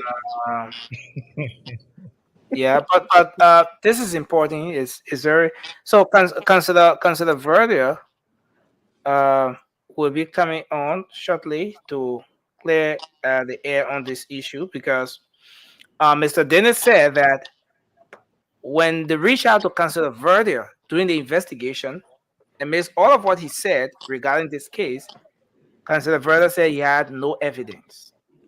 He had no facts to what he said regarding this case. So we will try That's what to. the investigator is saying, yeah. The We will same thing try Vasco to. said yesterday. No, The same yeah, thing Vasco George, said. but we will try to get from. We want to have Mr. Dennis back, then we can connect with Councilor. There's so many questions. Like, Nelson, The King Nelson, also has a question. We're gonna get him to come on. But let's have Councilor Verda on why Dennis is trying to log on. So but let's see if we Nelson, can. if I may, right? Dennis didn't say he spoke to Councilor Verdia. Dennis said Yeah, he they reached quoted out to him. someone else. Someone Yeah, else that's what reached he out said. to him. And that's what the Mhm. person said. So Dennis wasn't in the room. Neither did Dennis speak to Councilor Verdia. Yeah, secondhand. Okay, so let's have Councilor Verda on. I'm gonna try to reach out to Dennis while Councilor Verda is on. Councilor Verda, welcome to the show. You live on the late night show. Thank you, Nelson. I appreciate you letting me in. Okay. You want me to proceed? Yeah, I know you've been following the show, and we thought to Yes, sir. connect with you so that you can speak to this issue. You listened to the lead investigator on the Councilor Gloria Mususcat case, and Monroe Dennis have said that they reached out to you, and you said you had no facts to what you said regarding the circumstances leading to the death of Charlo Musu that very night in Councilor Gloria Mususcat's house. Where do you stand on this? How true is this information, sir? Did you really tell the police that you had no evidence on what happened? On what you said? You had no facts on that? Thank you very much. And I have a question for Monroe though, but I'm not sure he is referring to something that he knows of directly. Maybe he referred to a report that somebody else prepared. But when the police called me, I did not say I don't have evidence. I told him I've given everything. I told him I've given you the lead. I've told you who, I've told you where, I've told you when, and I've told you where the perpetrators work. That is sufficient evidence for you to follow because it's the lead. If you follow it, you will have all that you want. Then I became a little sarcastic. I said, what more do you want if you cannot follow lead? You want me to give you the agreement they sign when they decide to go and create havoc and kill somebody in Councilor Musu's house? I said, or you want me to give you the recording or tell you who is my source on the ground? Because I described just what I said on Spoon TV. I told him, I said, those are the details of what happened. And those are the perpetrators, just follow the lead. And I don't. Yes. Councilor Verdia, given the magnitude of the information provided regarding this case, do you think, investigation-wise, in terms of investigation, do you think the answer provided was sufficient enough to aid the police in this process, sir? Oh, it was more than enough. I told you who, I told you what, I told you why, and I told you when. So those were adequate information that will lead you to solving your crime. I told you who the perpetrators were. That's positive identification. I wasn't doubtful. I said Jefferson Koji and Mr. Vali Taylor. That's positive identification. It's enough for anybody to link them to the investigation and come up with the conclusion. Okay. Yeah, I wasn't doubtful. Okay. What more evidence do you want, apart from knowing who the perpetrator is, why the person did the motive, and the inducement that was involved? Okay. You know, so that's sufficient. If you want me to, that's why I say if I was on the ground, and when I go on the ground, I can lead them into solving that case even more positively than what they can do. Okay. So you say you have a question. Dennis is trying to log from on. Monroe. Yeah, Monroe is Okay. trying to come back on. So once we can get him back, we could relay a question, or maybe you want us to reconnect with you once he comes back. The boys in your court. No, I can relay the question so that you just ask him when he comes back. Okay. Yes, and the sir. question is, why, from what he has explained, people rushed to charge murder when he himself knew, and all of them knew, that there was no charge for murder on those people. So what do he think was the motive? What motivated them to move so fast? Okay. What was their intention? What were they trying to cover or hide that led to them prematurely charging those people for murder? Okay. And I agree. In such circumstances, it doesn't amount to murder. Okay. That's why investigations are very good here. Thank you very much. Thank you, sir. Thank you, Councilor Verde. We want to bring in Mr. Trask. What's my next question? We want to bring in Mr. Charles King. We will open the lines for the folks to call in, but let's get the investigators on. You And know, also, I got one more question when he come on. And that's I got to make my point on my man. That's the first Oh, people, my word. So we want to get Mr. King on. Okay. Mr. King, welcome. You live on the late night show, sir. Justice, you can hear me? Yes, sir. We can hear you very well. Thank you. Can you hear me? Yeah, we can hear you. I can hear you very well. You have been following closely. Oh no. I see you've connected via video here, but it's not going to work. So let me I don't know. But you could make a point from here.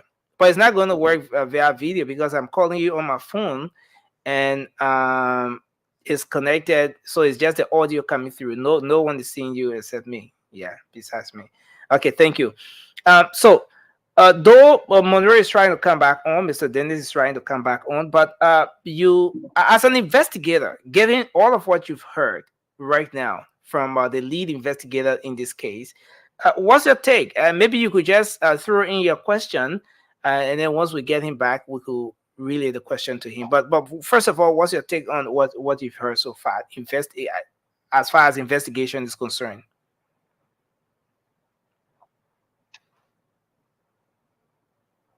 Can you hear me, sir? Testing 1, 2. You can hear me? Yeah. Yes, I can. Now, here's the question. Number one, professionally, I wanted to ask Mr. Monroe if he knew, as lead investigator, that the investigation was incomplete. Why did he keep quiet? Why did he keep quiet? He, as an officer, is to protect life and property. If he knew that that charge was the wrong charge, he failed to bring it up to the attention of the necessary authorities. By him keeping silent, I'm not even going into the investigative aspect right now. Yeah, but Mr. King, he said that at a point when he noticed that there was this interference with his job and his former boss wanted him to go the other way, he then disagreed with him, and that's how he drew the line, and at the point he stopped attending the meeting, all the meetings that were organized and so forth. Don't you think that was sufficient enough for someone who had a disagreement with the process? Mr. Nelson, when he fears for his life and he wants to send an innocent group of people to their death,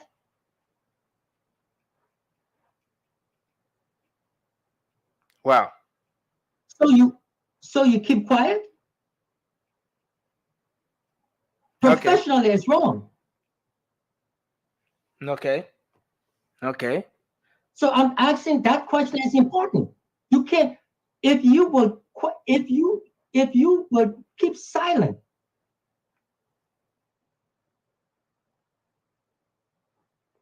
Hello? You're wrong. Okay. So your thing is he should not have the second aspect.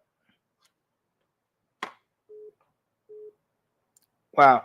Mr. King, I think there's an issue here with this whole connection thing, and something is not working out. There's some sort of delay somewhere, which is not too good. The network. Dennis is trying to come back on. He's trying to log in. So I want us to take a few calls while we are with him. But Nelson, can I get my question? But the guest is not on.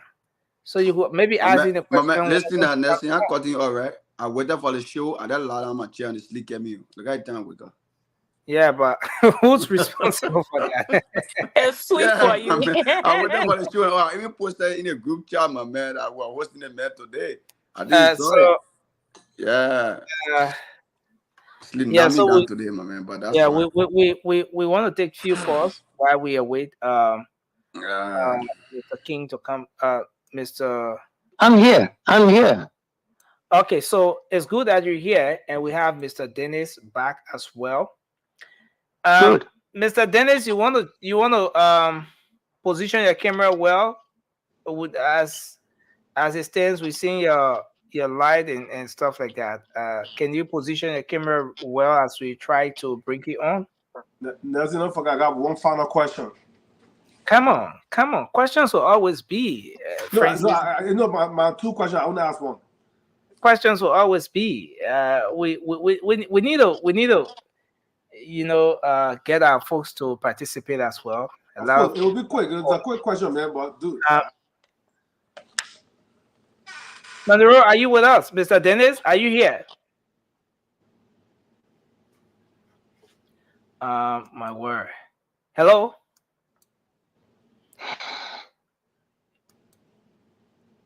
Mr. Dennis, can you unmute yourself? You're on mute. Check on the screen of your gadget and you touch the... It's going to. I think the entire network messing up. Yeah, I think the entire network is like... What, Nelson in Liberia? I don't know. Nelson, why can't he just call in? No, he said he's in the U.S. That's what. Yeah, because his background seems like no, come on, man, Moba, stop that thing. My man, background seems like not in Liberia, my man. You got background. Mr. King, are you here? Okay, so just remain yes, on I'm a still bit. Here. Just remain on. I'm still here. Let's see if we can get. So, you want to just conclude? So we maybe go to the lines because from all indications. Yes, but just. Yes, it's first of all, it's important. If an investigator reaches a point and he knows that the information he has developed does not support the arrest and charging of a suspect, it is his professional duty to bring that to the attention of the authorities. Who are the authorities, sir? It is his because profession. This investigator said that his bosses, yes, he had serious disagreements with him. The justice minister, the police IG, his former boss, and all of those people, he had disagreements with them. So who else do you think he should have carried this issue to, this disagreement? If he said he fears for his life, then he has a choice. He remains or he gets out and inform the goes to the court system or inform the defense counsel. Because you cannot sit down and allow innocent people to be put to death. Okay. So he has the ability to leave, get away. And he talks about if you want to be professional in Liberia, you have to be careful. I was professional. Edwin Harman was professional, and they took action against us. So what? We did not succumb. Thank you.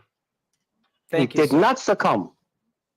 Thank you, sir. I'm telling you again, when people's lives are at stake, you have to make sure that you protect the innocent against deception, the weak against oppression and intimidation.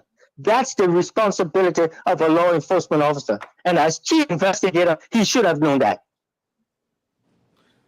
Thank you. He should have known that. And I'm not even going into the process of the investigation, crime scene investigation, pictures taken, diagrams. I'm not even hitting that one yet.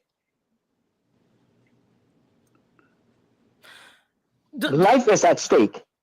Okay, thank you, Mr. King. We appreciate you, sir. Thanks a whole lot for weighing in your thoughts. Thank you. Yeah. I'm off. Yeah, thank you, sir. Question for Mr. King. No, but Mr. King left already. So Mr. King I not want guest anyway, but I want us to take some calls. yeah, but Nancy, can I make some point? Yeah, Moba, but let's come back from the calls from the call-in segment. Let's come back. Yeah, my man. Listen, I waited for this show, right? 101-075, and you can also call on the WhatsApp number up here. Live on the show. This is the late night show. Okay. So let's see if we can take our first call here. 0555-101-075. You can call on the WhatsApp number that's there on the stream, and you'll be live. Let's talk to our first call here. Hello, you're live. Your name and where you call from? Next thing, and I say good morning to the panelists. Yeah. Well, my name is Jala Uwewo, and I'm from Stoke community this morning. Let's hear you, Uwewo.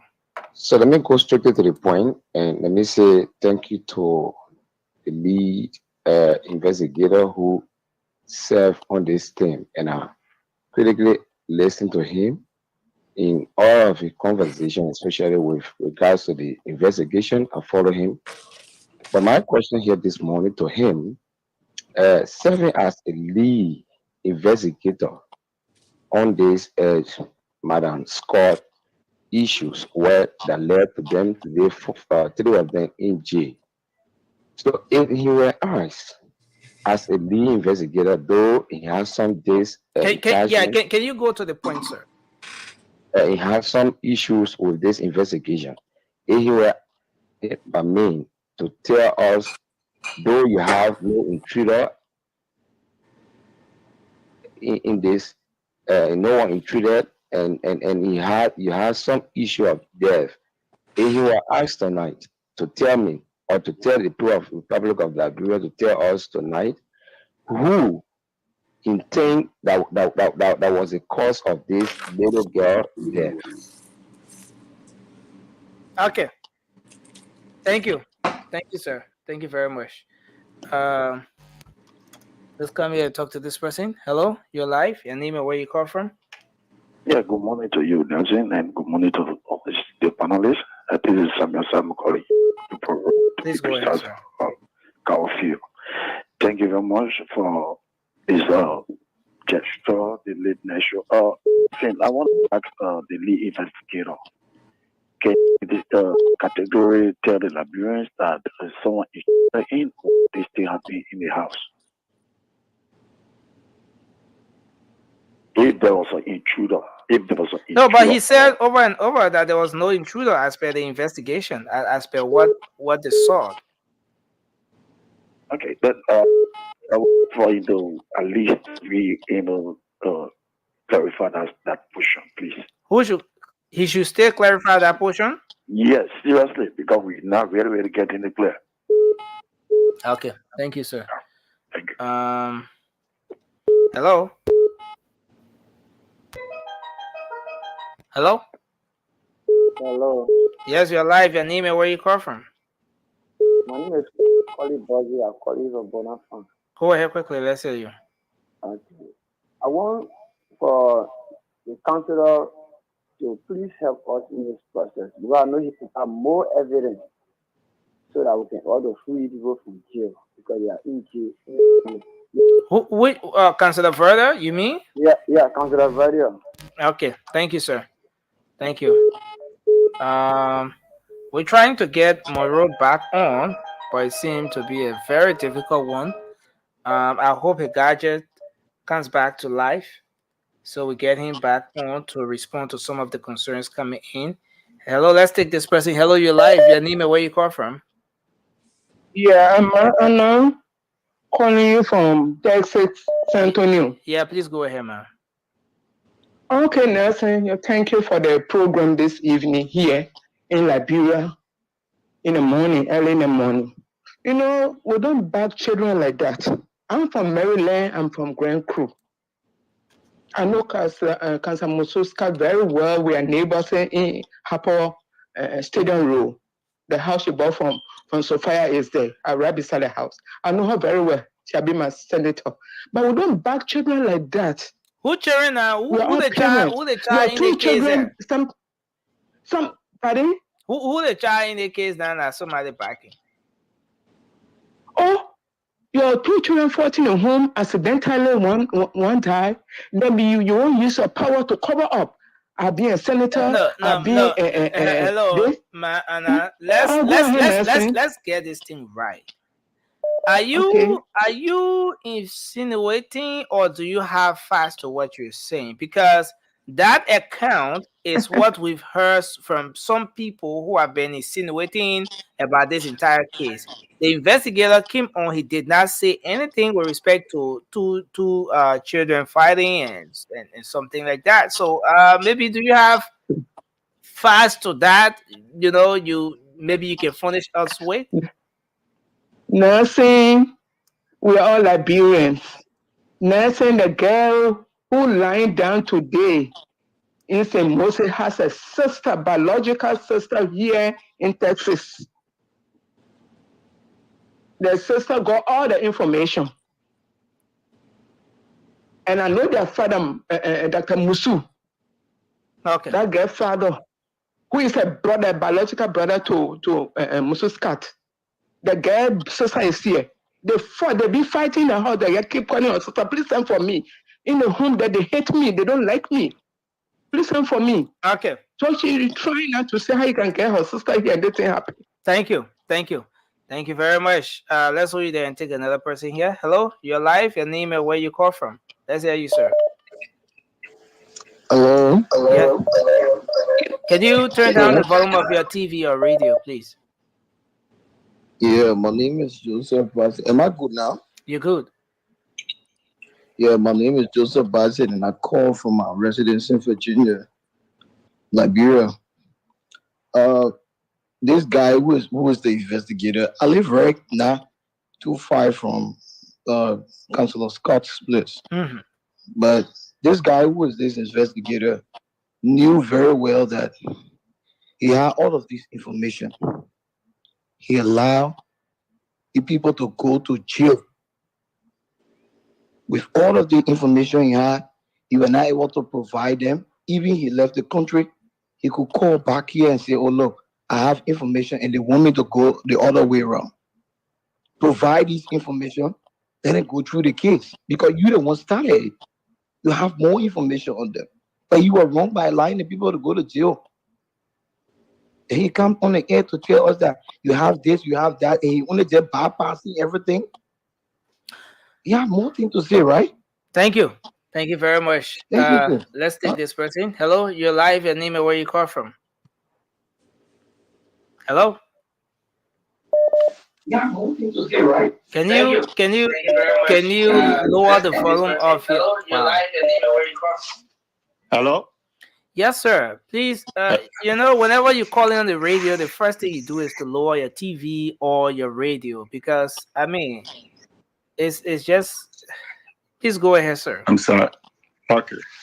I'm Eric Mulva, calling from Pennsylvania. Okay. And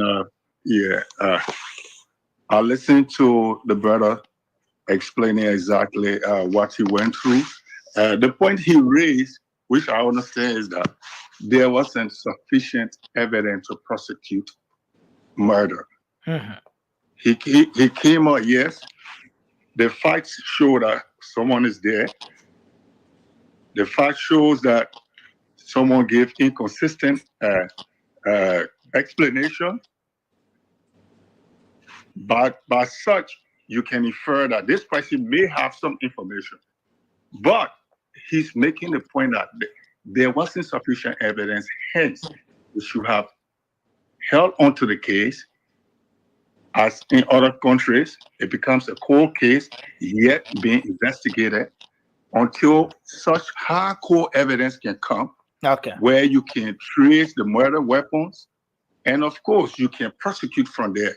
Thank you. So he feels that the state went wrong by proceeding with the issue of murder when there wasn't hardcore evidence. Thank you. Thank you, sir. Let's take this person. Hello? Okay, we lost that call. We lost that person. We take the last 3 calls and then we wrap up, guys. Hello? Hello, good morning. Yeah, morning. Please go ahead, sir. You're live. Thank you. My name is Jackson Koto, and I join you from District 16. Jackson, it's like you're too close to the phone, or are you speaking right with the phone before you make some adjustment? Okay. It's like you're too close. Jackson? Yeah. Okay, go ahead now. You're okay. Go ahead. Okay. So, we want to appreciate the brother. Like the last caller stated, he managed to leave the country for his safety. The country was in a turmoil with too many insinuations about the death of this girl.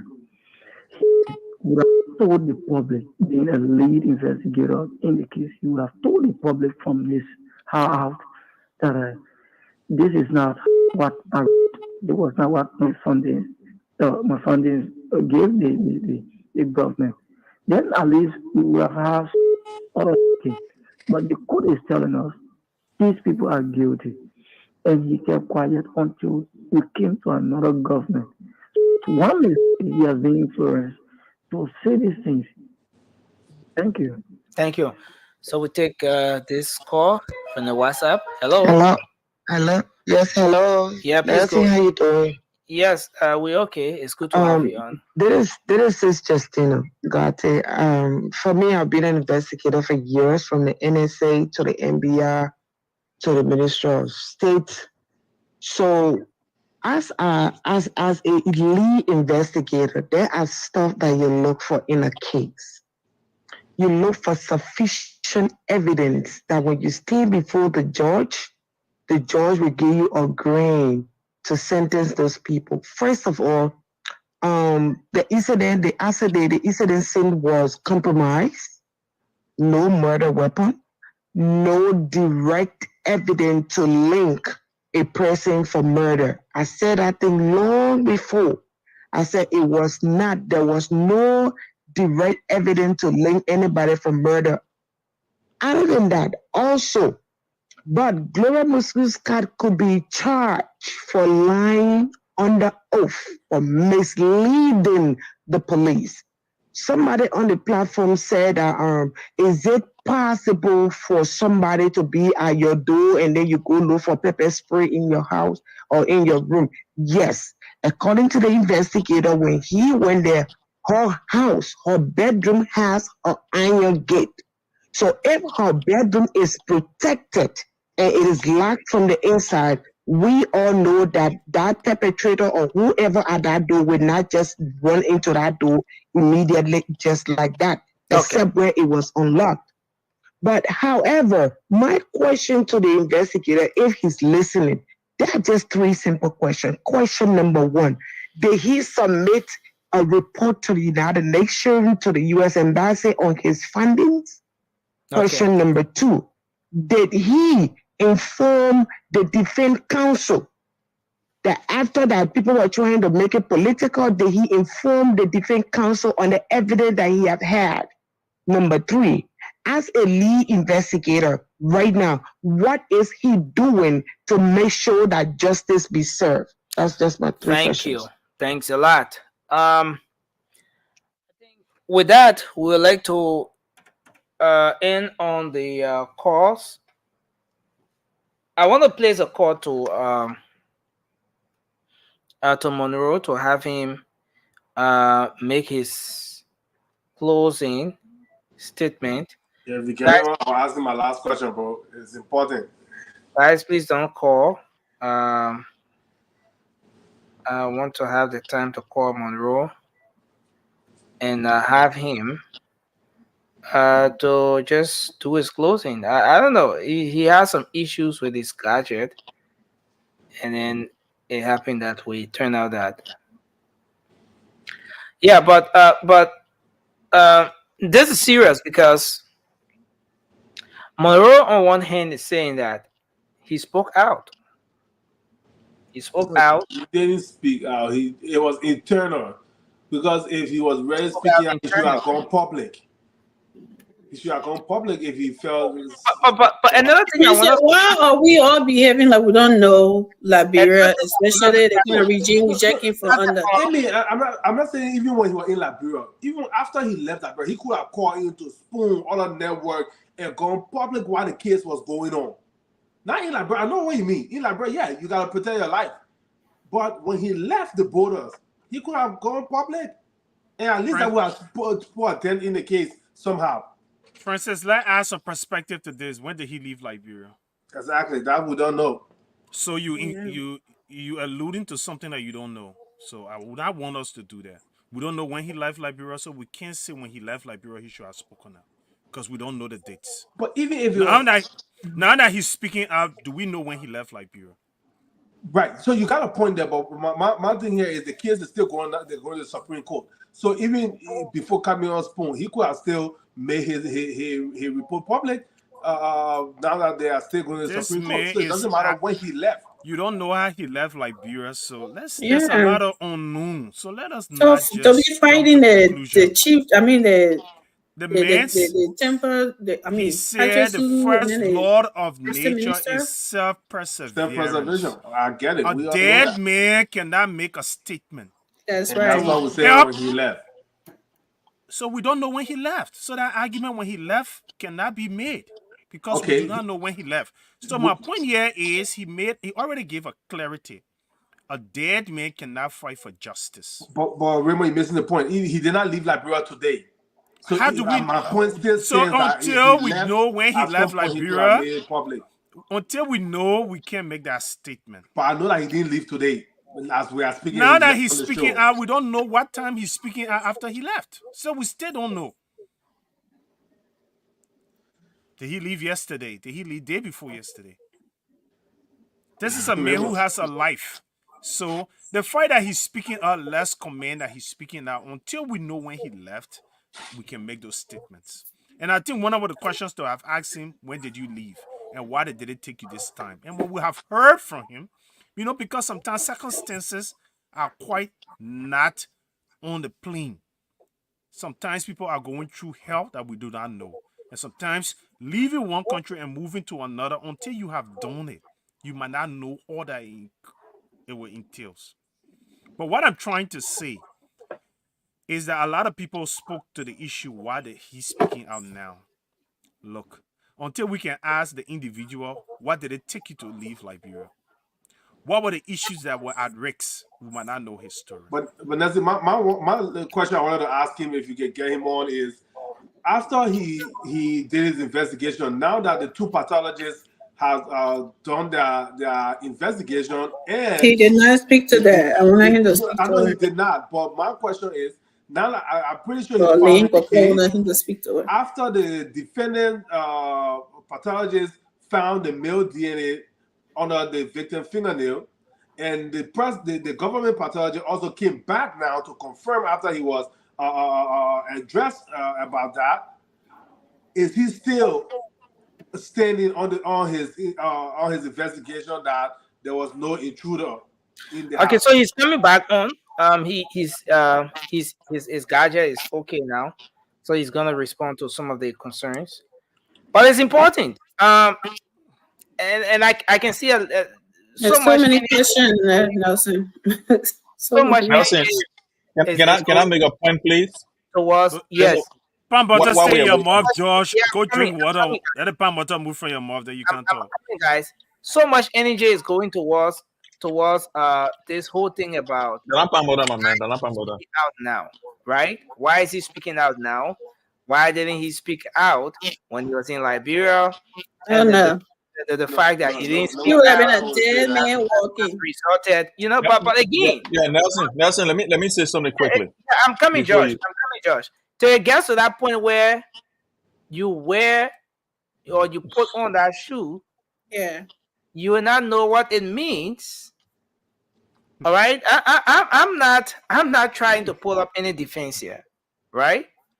But until you get yourself in that position, you will not know what it means to be in that position.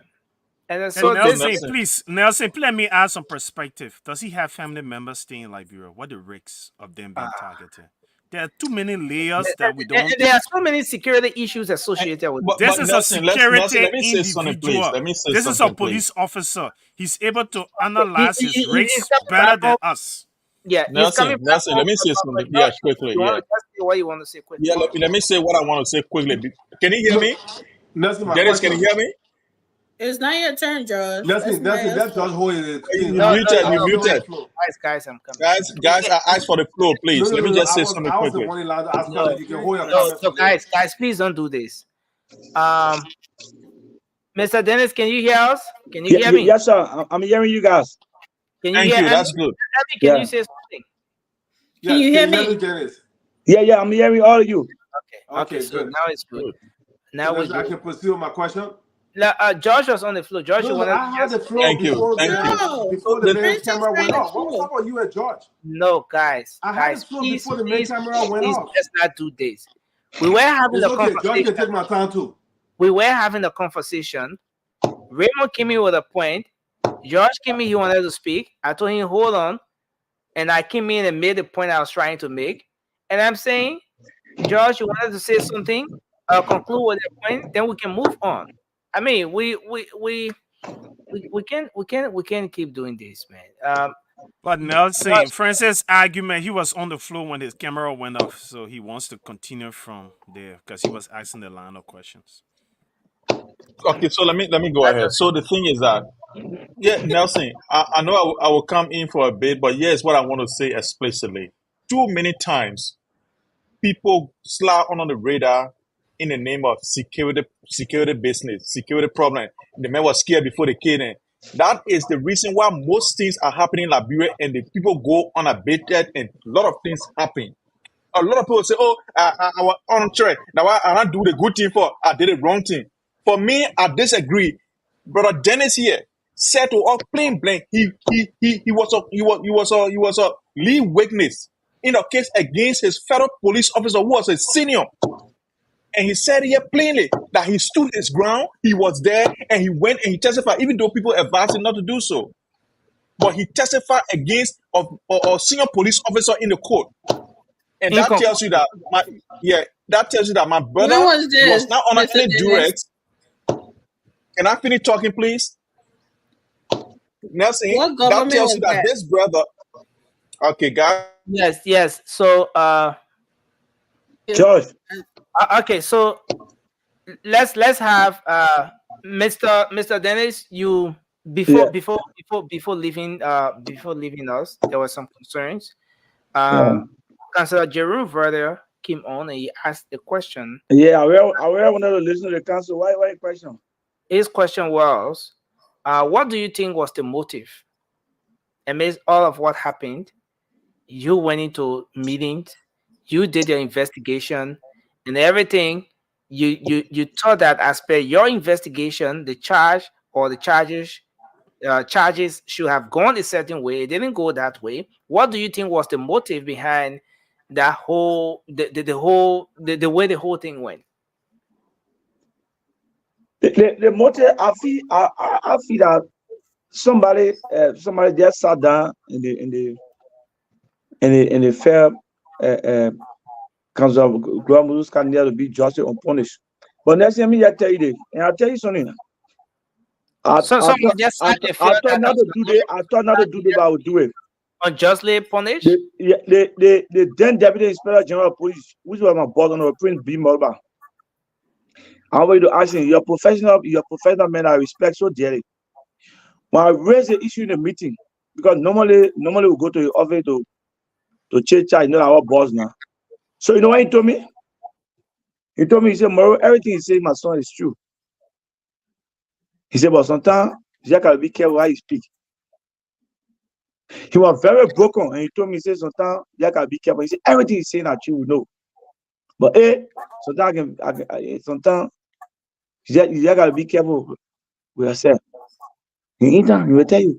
And now me I tell you, the issue of the guy that went off. When I testify again the case we were talking about our Ometan we enjoy relatively security as compared to now.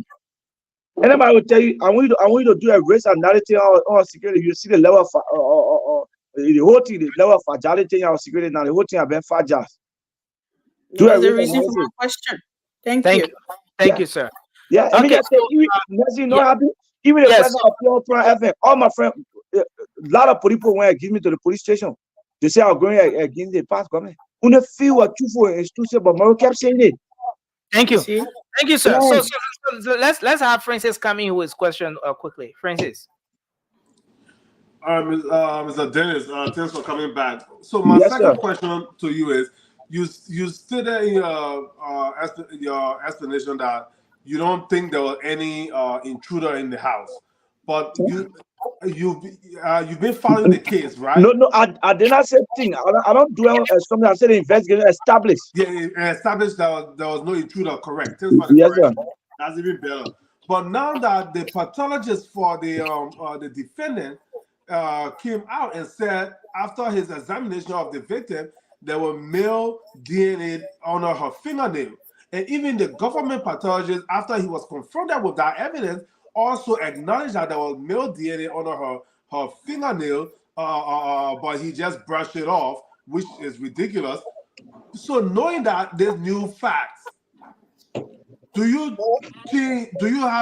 having second thought, or is there now in your mind a possibility that there could have been an intruder? The first quote unquote male DNA being in your nails, but male DNA being in male, it doesn't automatically make an intruder to be in the house. Correct. The first thing you know who's an intruder? An intruder is somebody that's surreptitiously enter a place. Yeah. So they may have gone to visit or may have part of the family and the investigation and they could not evade me. So I don't want to assume, I don't want to go around. But from a logical school of thought,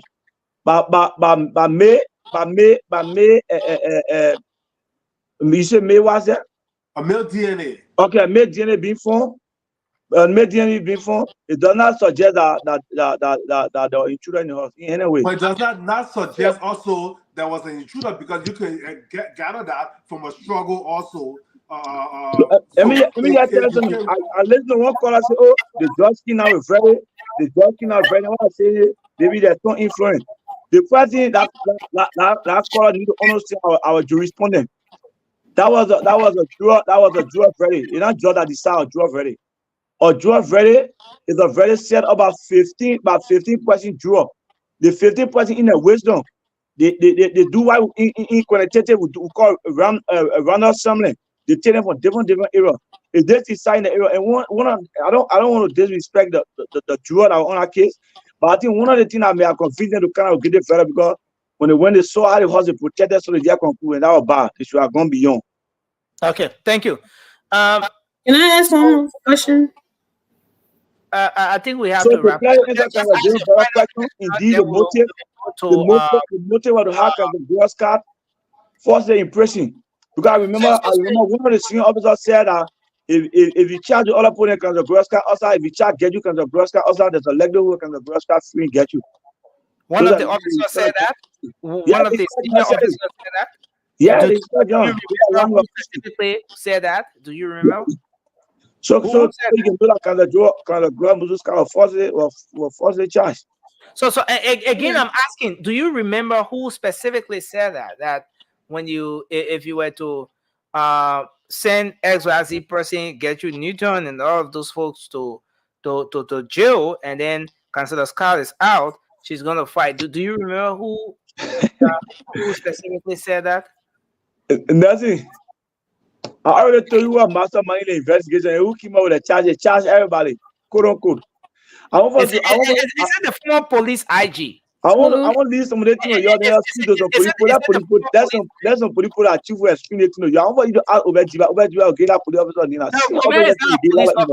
Obe is not a police officer actually. But the police officer confessed to him after my appearance. After my appearance on the show, the police officer reached out to him and said, "Yeah, everything Moro said was true." But nothing. Even the former deputy inspector general Prince Moluba is a very professional guy. If you reach out to him, will tell you, "Yeah, Moro not lying." You reach out to a brother office. But me, I tell you, even look, you know what happened? My conscience have been setting me right. Even as I'm speaking, it's a big race. You don't know the race associated there. My old brother just seen the old brother. Oh, I know. Some people may act like they don't know here from the other tree, but we live on the army tree, they live on the sycamore tree, but that's okay. Another caller made mention why they didn't inform the U.S. Embassy, the UN, and the Defense Council. Police officers are part of our statutory responsibility. We're responsible to testify in favor of government. There's no way we can go to testify against government. Any police officer that does that, not a good police officer, to testify against the state. It better you with me, what you call you increase yourself, and to testify against government. If it's subject to dismissal or a warrant dismissal, so there's no way I would have done that. But meanwhile, I did a presentation to the U.S. Embassy. We got a few more questions to ask you, Mr. Dennis, before we out of time. Let's just I did a presentation to the U.S. Embassy. The U.S. Embassy, okay. Yeah. Mr. Dennis, let's hold you there. We will have the last two questions coming in, then you do your party. But before doing that, when exactly did you leave Liberia? I left Liberia in the heat of the case. In the heat of the case? Yeah. Soon do you remember the month and anything around that? I left Liberia July. And the trial started in August. So I told them I could not testify against the pool, and before the trial I left. But during the grand jury, I met the grand jury. And the trial started August. So before the trial, you left Liberia before the trial. Yeah. But before I left, I made my position very, very clear. I was not going to. So finally, let's take MOBA. Let's take MOBA, and then we take MOBA, and then Amy. Yeah. Thank you, Nelson. You know, I was listening to the show. I was boiling in my spirit to hear my brother George. I'll come to my question. To hear my brother George, who was emphasizing on why the officer when he was in Liberia, he never asked or he never stood his ground. George, we all know in Africa, more especially in Liberia, we have no way we can protect Listen, Baba. No, you asked the question. To just conclude with our guest, then we can come back. No problem. Let me ask my question. Yeah. Anyway, I can live. And also, I know I got no right to say anything, only to ask questions. I accept the fact. And although I will wait for the show today. You came to church late, Moluba. You ate too much. I was so angry when I wake up and think, but that's fine. My brother, thank you for your service to country, and I will, and thank you. You stood your ground, and but then you understand what you were doing. It was right, but other people never stood with you. But this is my question to you. Are you waiting? Are you waiting if the case has been reopened? Are you waiting to testify or to get any evidence to this case that will, let's say that you will be able to you will give and it will make Gloria Muzuka free, or the evidence by verbally or maybe something that you pulled down during that time that will implicate the past government. Are you waiting to testify against the past government in this case? Are you waiting? Sorry. I muted you. Let me just unmute you. Yeah. Getting me? Okay. Yeah. Okay. Yeah. Now you okay? Nelson. Yes, sir. Yeah, you good. Go ahead. I'm waiting to assist to the fullest, and I already started to assist. Okay. Let me just like I regularly said, even though the report was tampered with, but the all of them they fall short of identifying that the 84-year-old did not mean anything about any investigative analysis. Really investigative analysis. So, but that alone they can generate everybody. Thank you. So that's the question. My last question is not long. It's just a short thing. My closing out. Yeah, just a question. My last question is: Do you have any written evidence that you can bring forward to maybe the prosecutor who will be over the case if the trial begins? If there's any new trial? All the people need to do to read the investigative report. Let me just tell you, in every investigation, the investigative report is a detailed report that covers the entirety of the case. It speaks to the entirety of the case. What we can call it, both people will say nitty-gritty. It's a nitty-gritty of the entire case. The investigative report. There are a lot of things they couldn't take from there. Thank you. There are a lot Thank of you, things. sir. You want to just give us your parting comments, sir? Anything you want to say in closing? As we Nothing. People say, "Oh, why I could not speak that particular matter." I stood my ground. And the reason why I say I need for you to go as the former deputy inspector. I have a question, remember? On the Malba, I will tell you.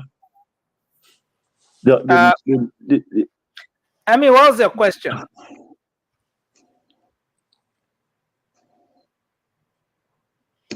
My question was, the councilor's son has been on here a few times, right? And he told us about the autopsy report, and told us that there was investigation done with the phone numbers.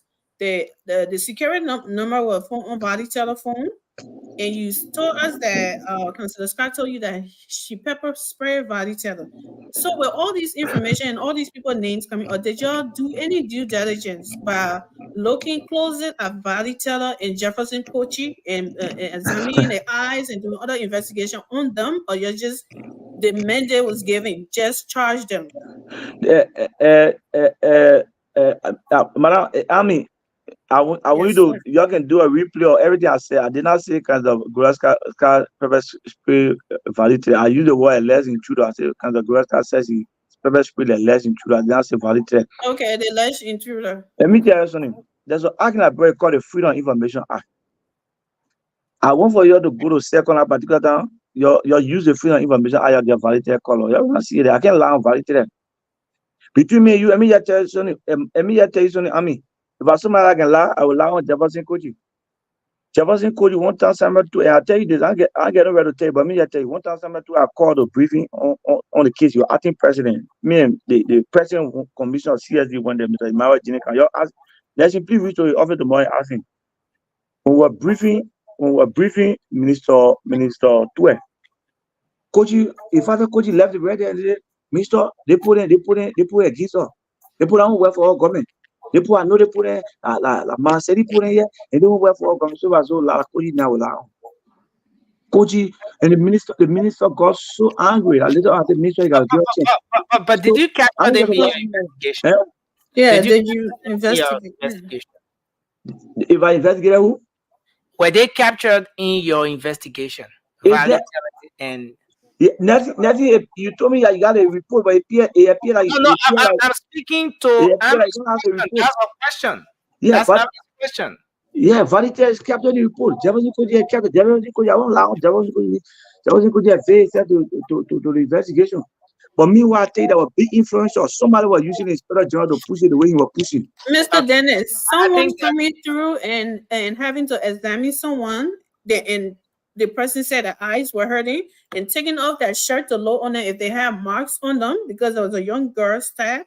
All those one were. That's how you invest. I'm not an investigator, but I'm pretty sure. But he's saying, his response was that done, or is what just questioning? Everything was done.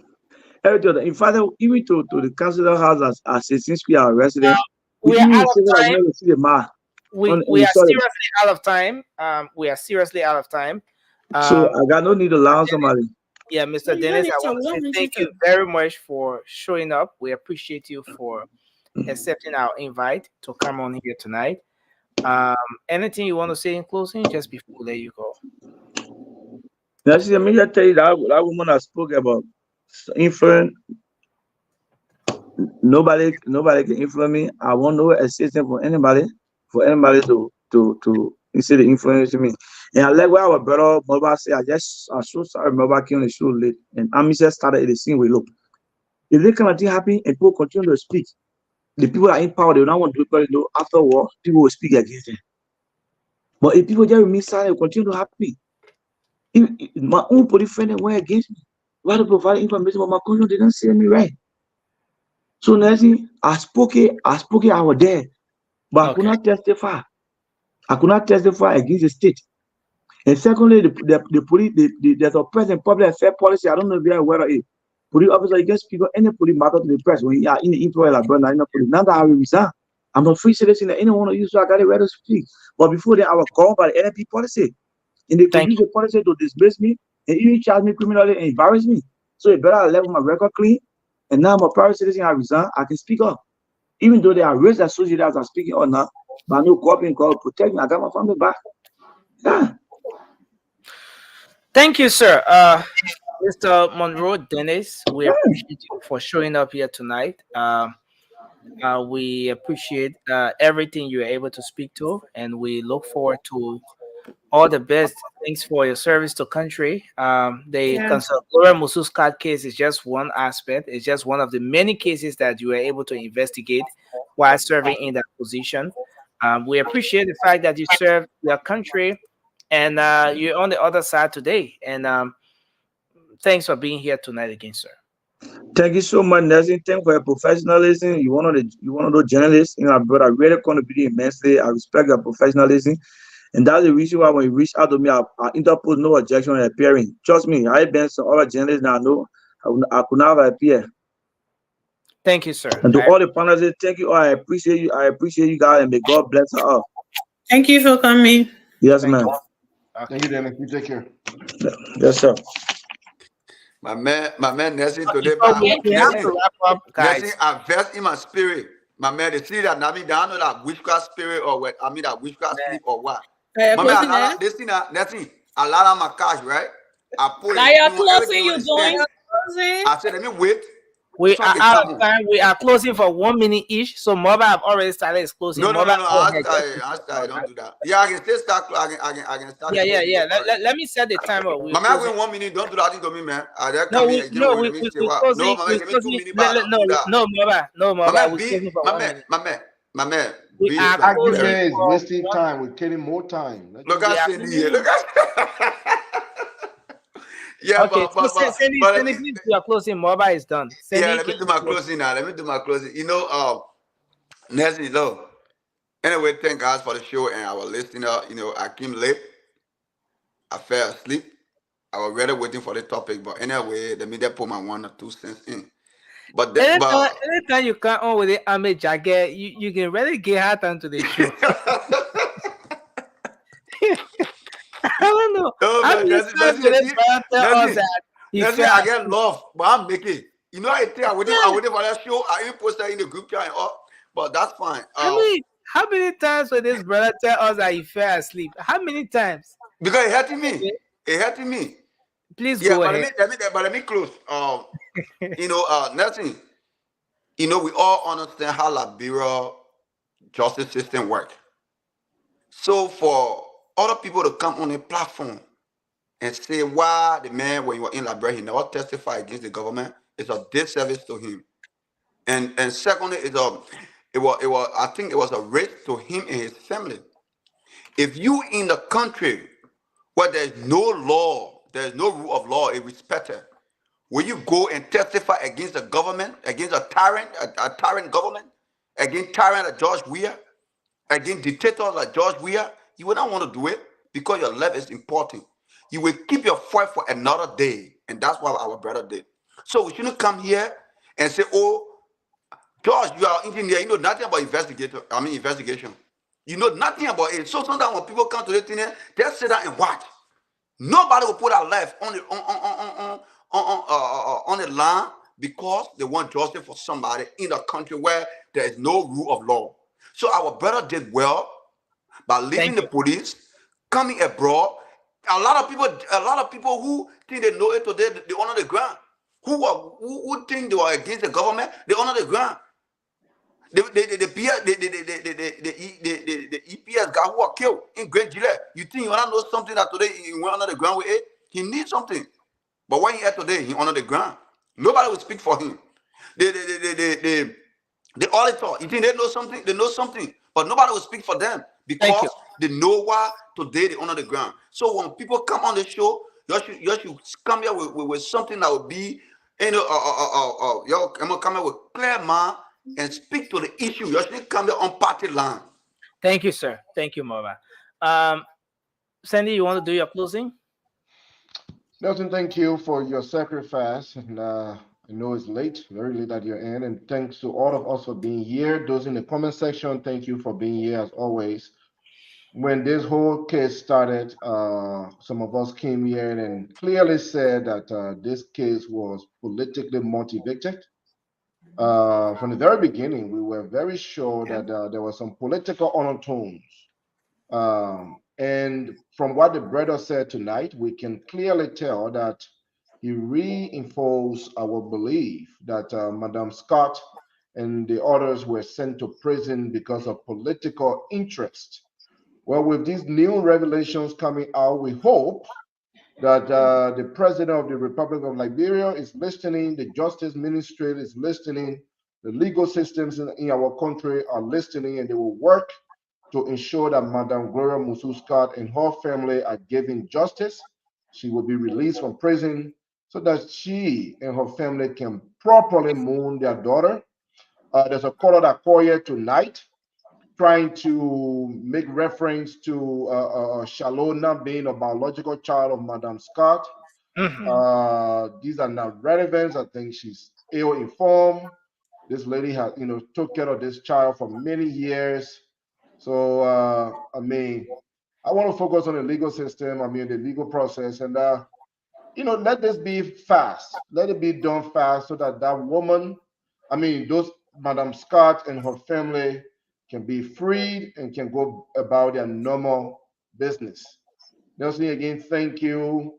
And to all of you guys in the comment section, I will not call names tonight, but all of you, well appreciated. Thank you for being here. The Liberian people, thank you for listening to us. Thank you, sir. Thank you. Raymond, you want to do your closing, sir? You are muted. So I listened to Dennis' presentation. And the first thing he presented, that the investigation was inconclusive. Raymond, I understand you have a setup, which is very good. Can you increase your volume a bit? I hope I'm okay now. Am I? And then like I said again, increase any volume. Now, just one microphone, I DM you. One microphone, one headphone. That's okay. You're okay now. Go ahead. Raymond, you saw your DM? No, Mobile. Let's not talk about DM here. But the man, I felt the man, I did the man, I reply me, I very know. Yeah, Mobile. Let the guy do his closing. Well, so I hope I'm clear and loud enough to speak. Am I? Good. Yeah, so Nelson, I adjusted the volume. That's why. No volume down there, brother. The same key for adjusting the volume is the same sound in my ears. So yeah. So when I reduce it for my ears, then my mic go low as well. Oh, okay. So I listened to the presentation by our brother Dennis, and his first statement was the investigation was inconclusive to the extent to charge anyone for murder. And he talked about interference and his report being altered. And we go to even doing the legal proceedings, that the government prosecutors even interfere with the jury.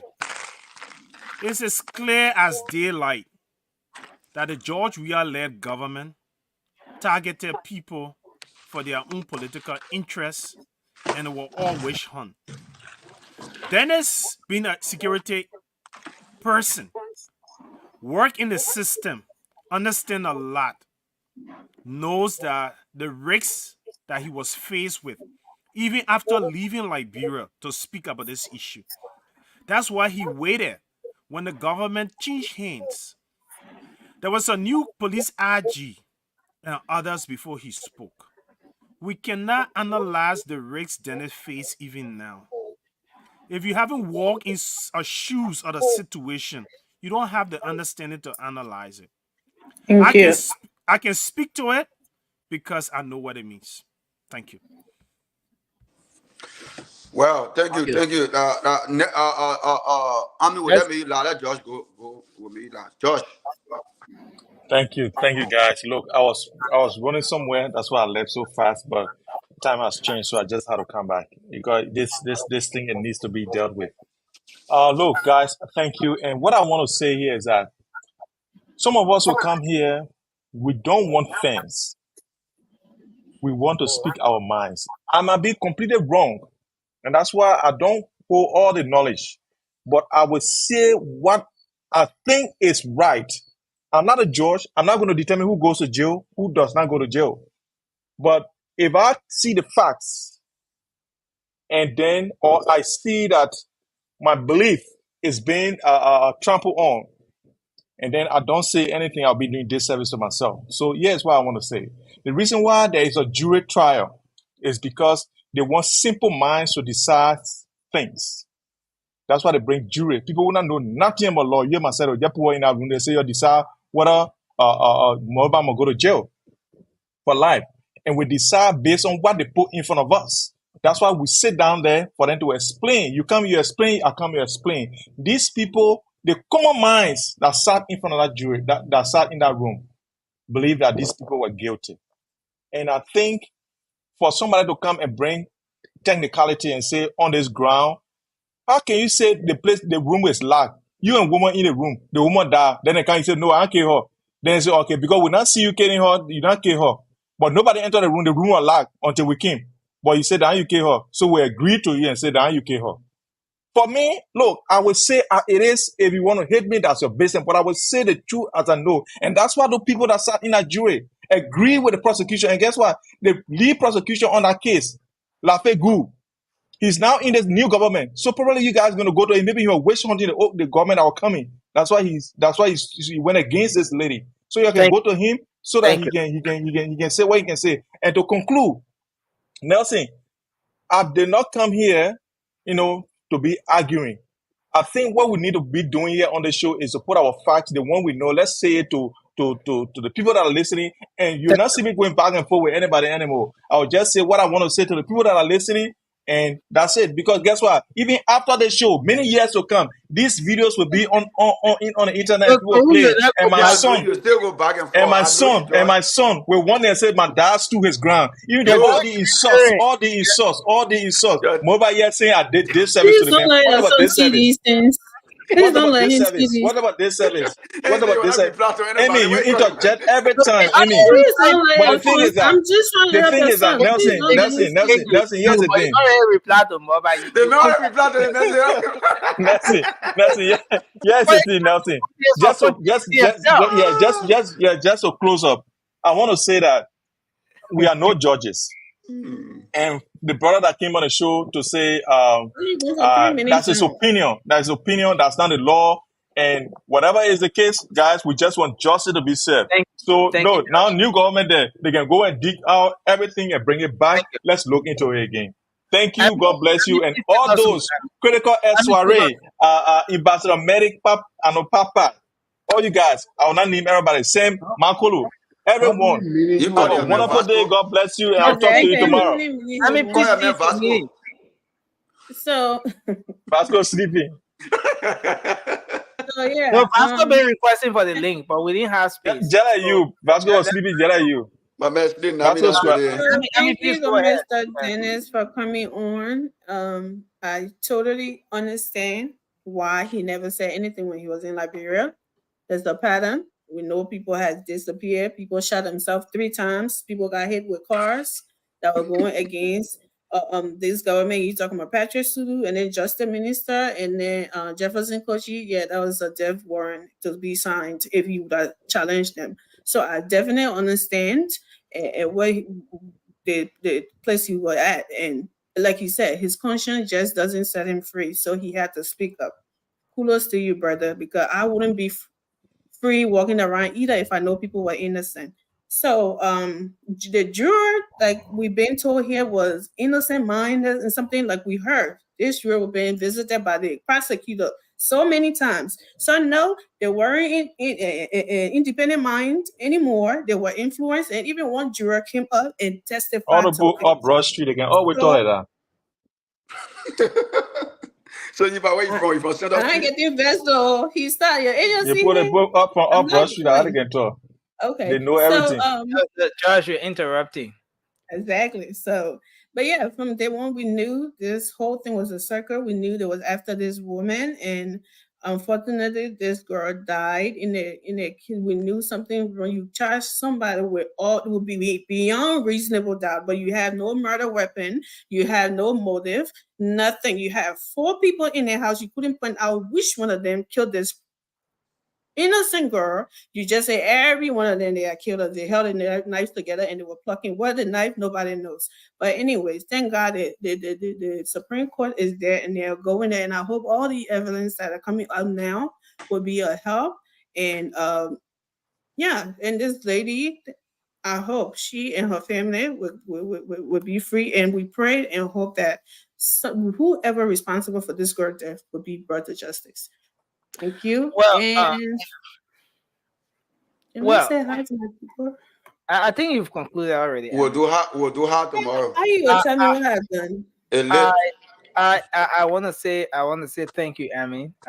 Thanks for being here. Thanks to Shirley. Shirley was here. Don't even tell me thank you, sir. Because the time, my man. Raymond was here as well. We want to say thanks to Raymond. Thank you, Mr. Cindy, Mr. Gerald SB Cindy. Incoming health minister. Thank you, Mr. George Wheeler. Yeah, y'all gotta start pushing the main case. No, we'll push it, man. We'll push it, man. We'll push that man. They got a country, my man.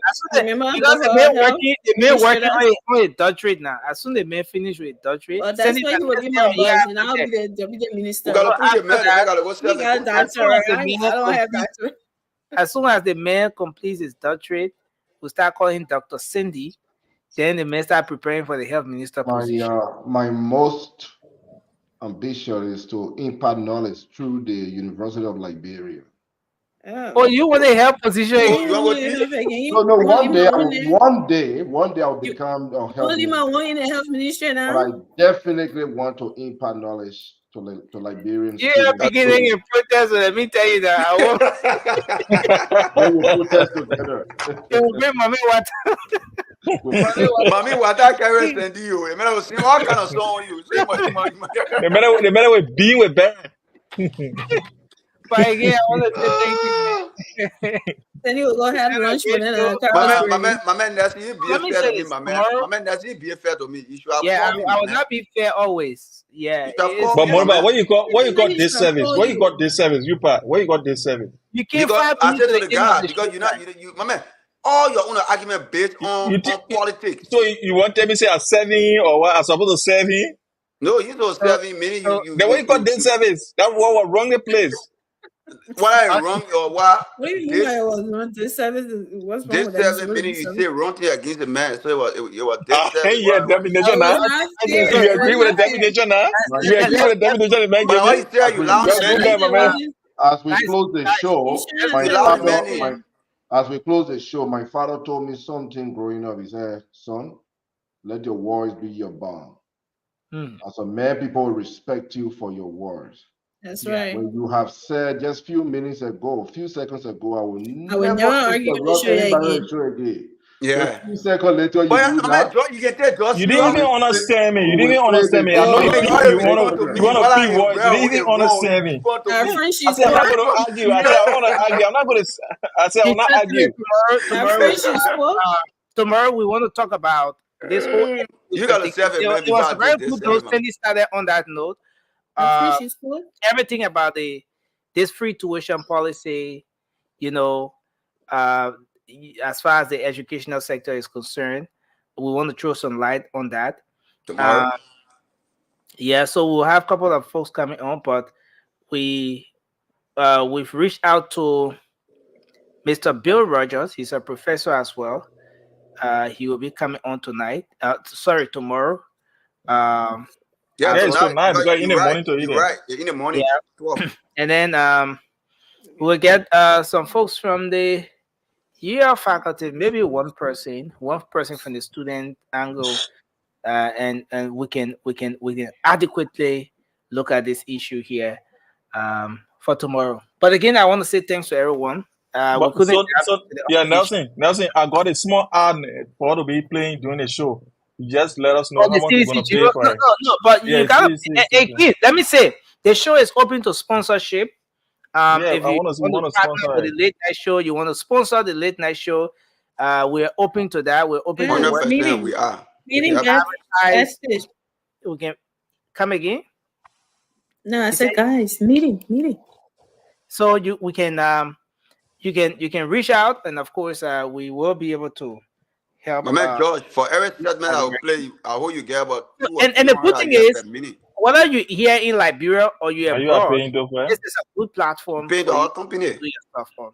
You let me make advertisement. Wow. Come again? No, they're interrupting. I think in the late advertisement. This is terrible. So the good thing is, if you're here in Liberia, well, most people think that at the time we have the show, people can be sleeping in Liberia, but that's not true. If I were just to open this line, you'll be shocked to know the number of how many people were called. Who have sleepless nights because of the late night show. I mean, it's the biggest thing on the radio at this time. It captures the entire country. I mean, so come to think about that. So this is the perfect platform. They say when things just starting, like time to take advantage, right? Remember when we were starting the late night show, we used to throw the link in the comment section, but now we're not throwing it there. So if you're a business owner, whatever way you want to sponsor the late night show, this is the best time to come in. Nelson, but call your number. Maybe somebody won't reach to you. But we always putting the number up. Nelson, somebody is going on hunger strike until Joe Barker made his asset declaration public. They will die. They will die with starvation. Okay. They will die with starvation. Cindy, have a good. So there's a number you can reach out to. This number. Now, Cindy, you're talking against George. We are then you said the man would die from. Hey God, Liberia. But wait, you just need to go make farm down No, wait, guys. George is saying here, your own men are helped to form your party. Your first chairman, what the man is Joshua Saki. The man finished making all a contribution to the CDC came to power. They throw the man one side. Joshua Saki said he was on hunger strike. He will protest until he die. You remember that story, George? I remember that story. I remember that story. He will protest until he died. And the guy was serious about it. People started going begging the man to eat. The man said, no, we struggle all the chairman of the CDC. Look at Natalia. The man said, your man hang his head. The man hangs on it up. They went for him. You get more? Oh, yeah. Thank God you remember. I remember that. Yeah, man said you're going to kill yourself. My man, Baga said you're going to bring change. Baga said you're going to bring change. Listen, George. Even when you move your new community too much, you can't do nothing for yourself. Because you got to apply for a job, you got to that why he told us before the election, he said he would do it right away. No, he said, let me mute the Let me mute Mobile and George. When does the 90 days start? Let me ask. That's a question we'll answer tomorrow. The people say, if this guy is trying to go on strike now for just access declaration, what would he do if Waka does not fulfill the 100 days deliver something? You will hang himself. That's another thing. That's another thing that we're talking about now. The thing that now that we're talking about. No, hang yourself. I ain't going to hang yourself. Okay, guys, I want to say it was a great show, man. That's what you. We look forward to coming back here tomorrow. Until then, have a good night, Moba. Have a good night, George. Have a good night, Emmy. And bye-bye for now. So, folks, we'll be here tomorrow, and it's going to be a great show. I want to say thanks to all of you who have been here. Thanks for your contributions in the comment section. We appreciate you highly. And let's hope we can be here tomorrow. My name is Nelson Colette. Thanks to the entire team. Have a good night. And this is how I would like to leave you. Bye-bye.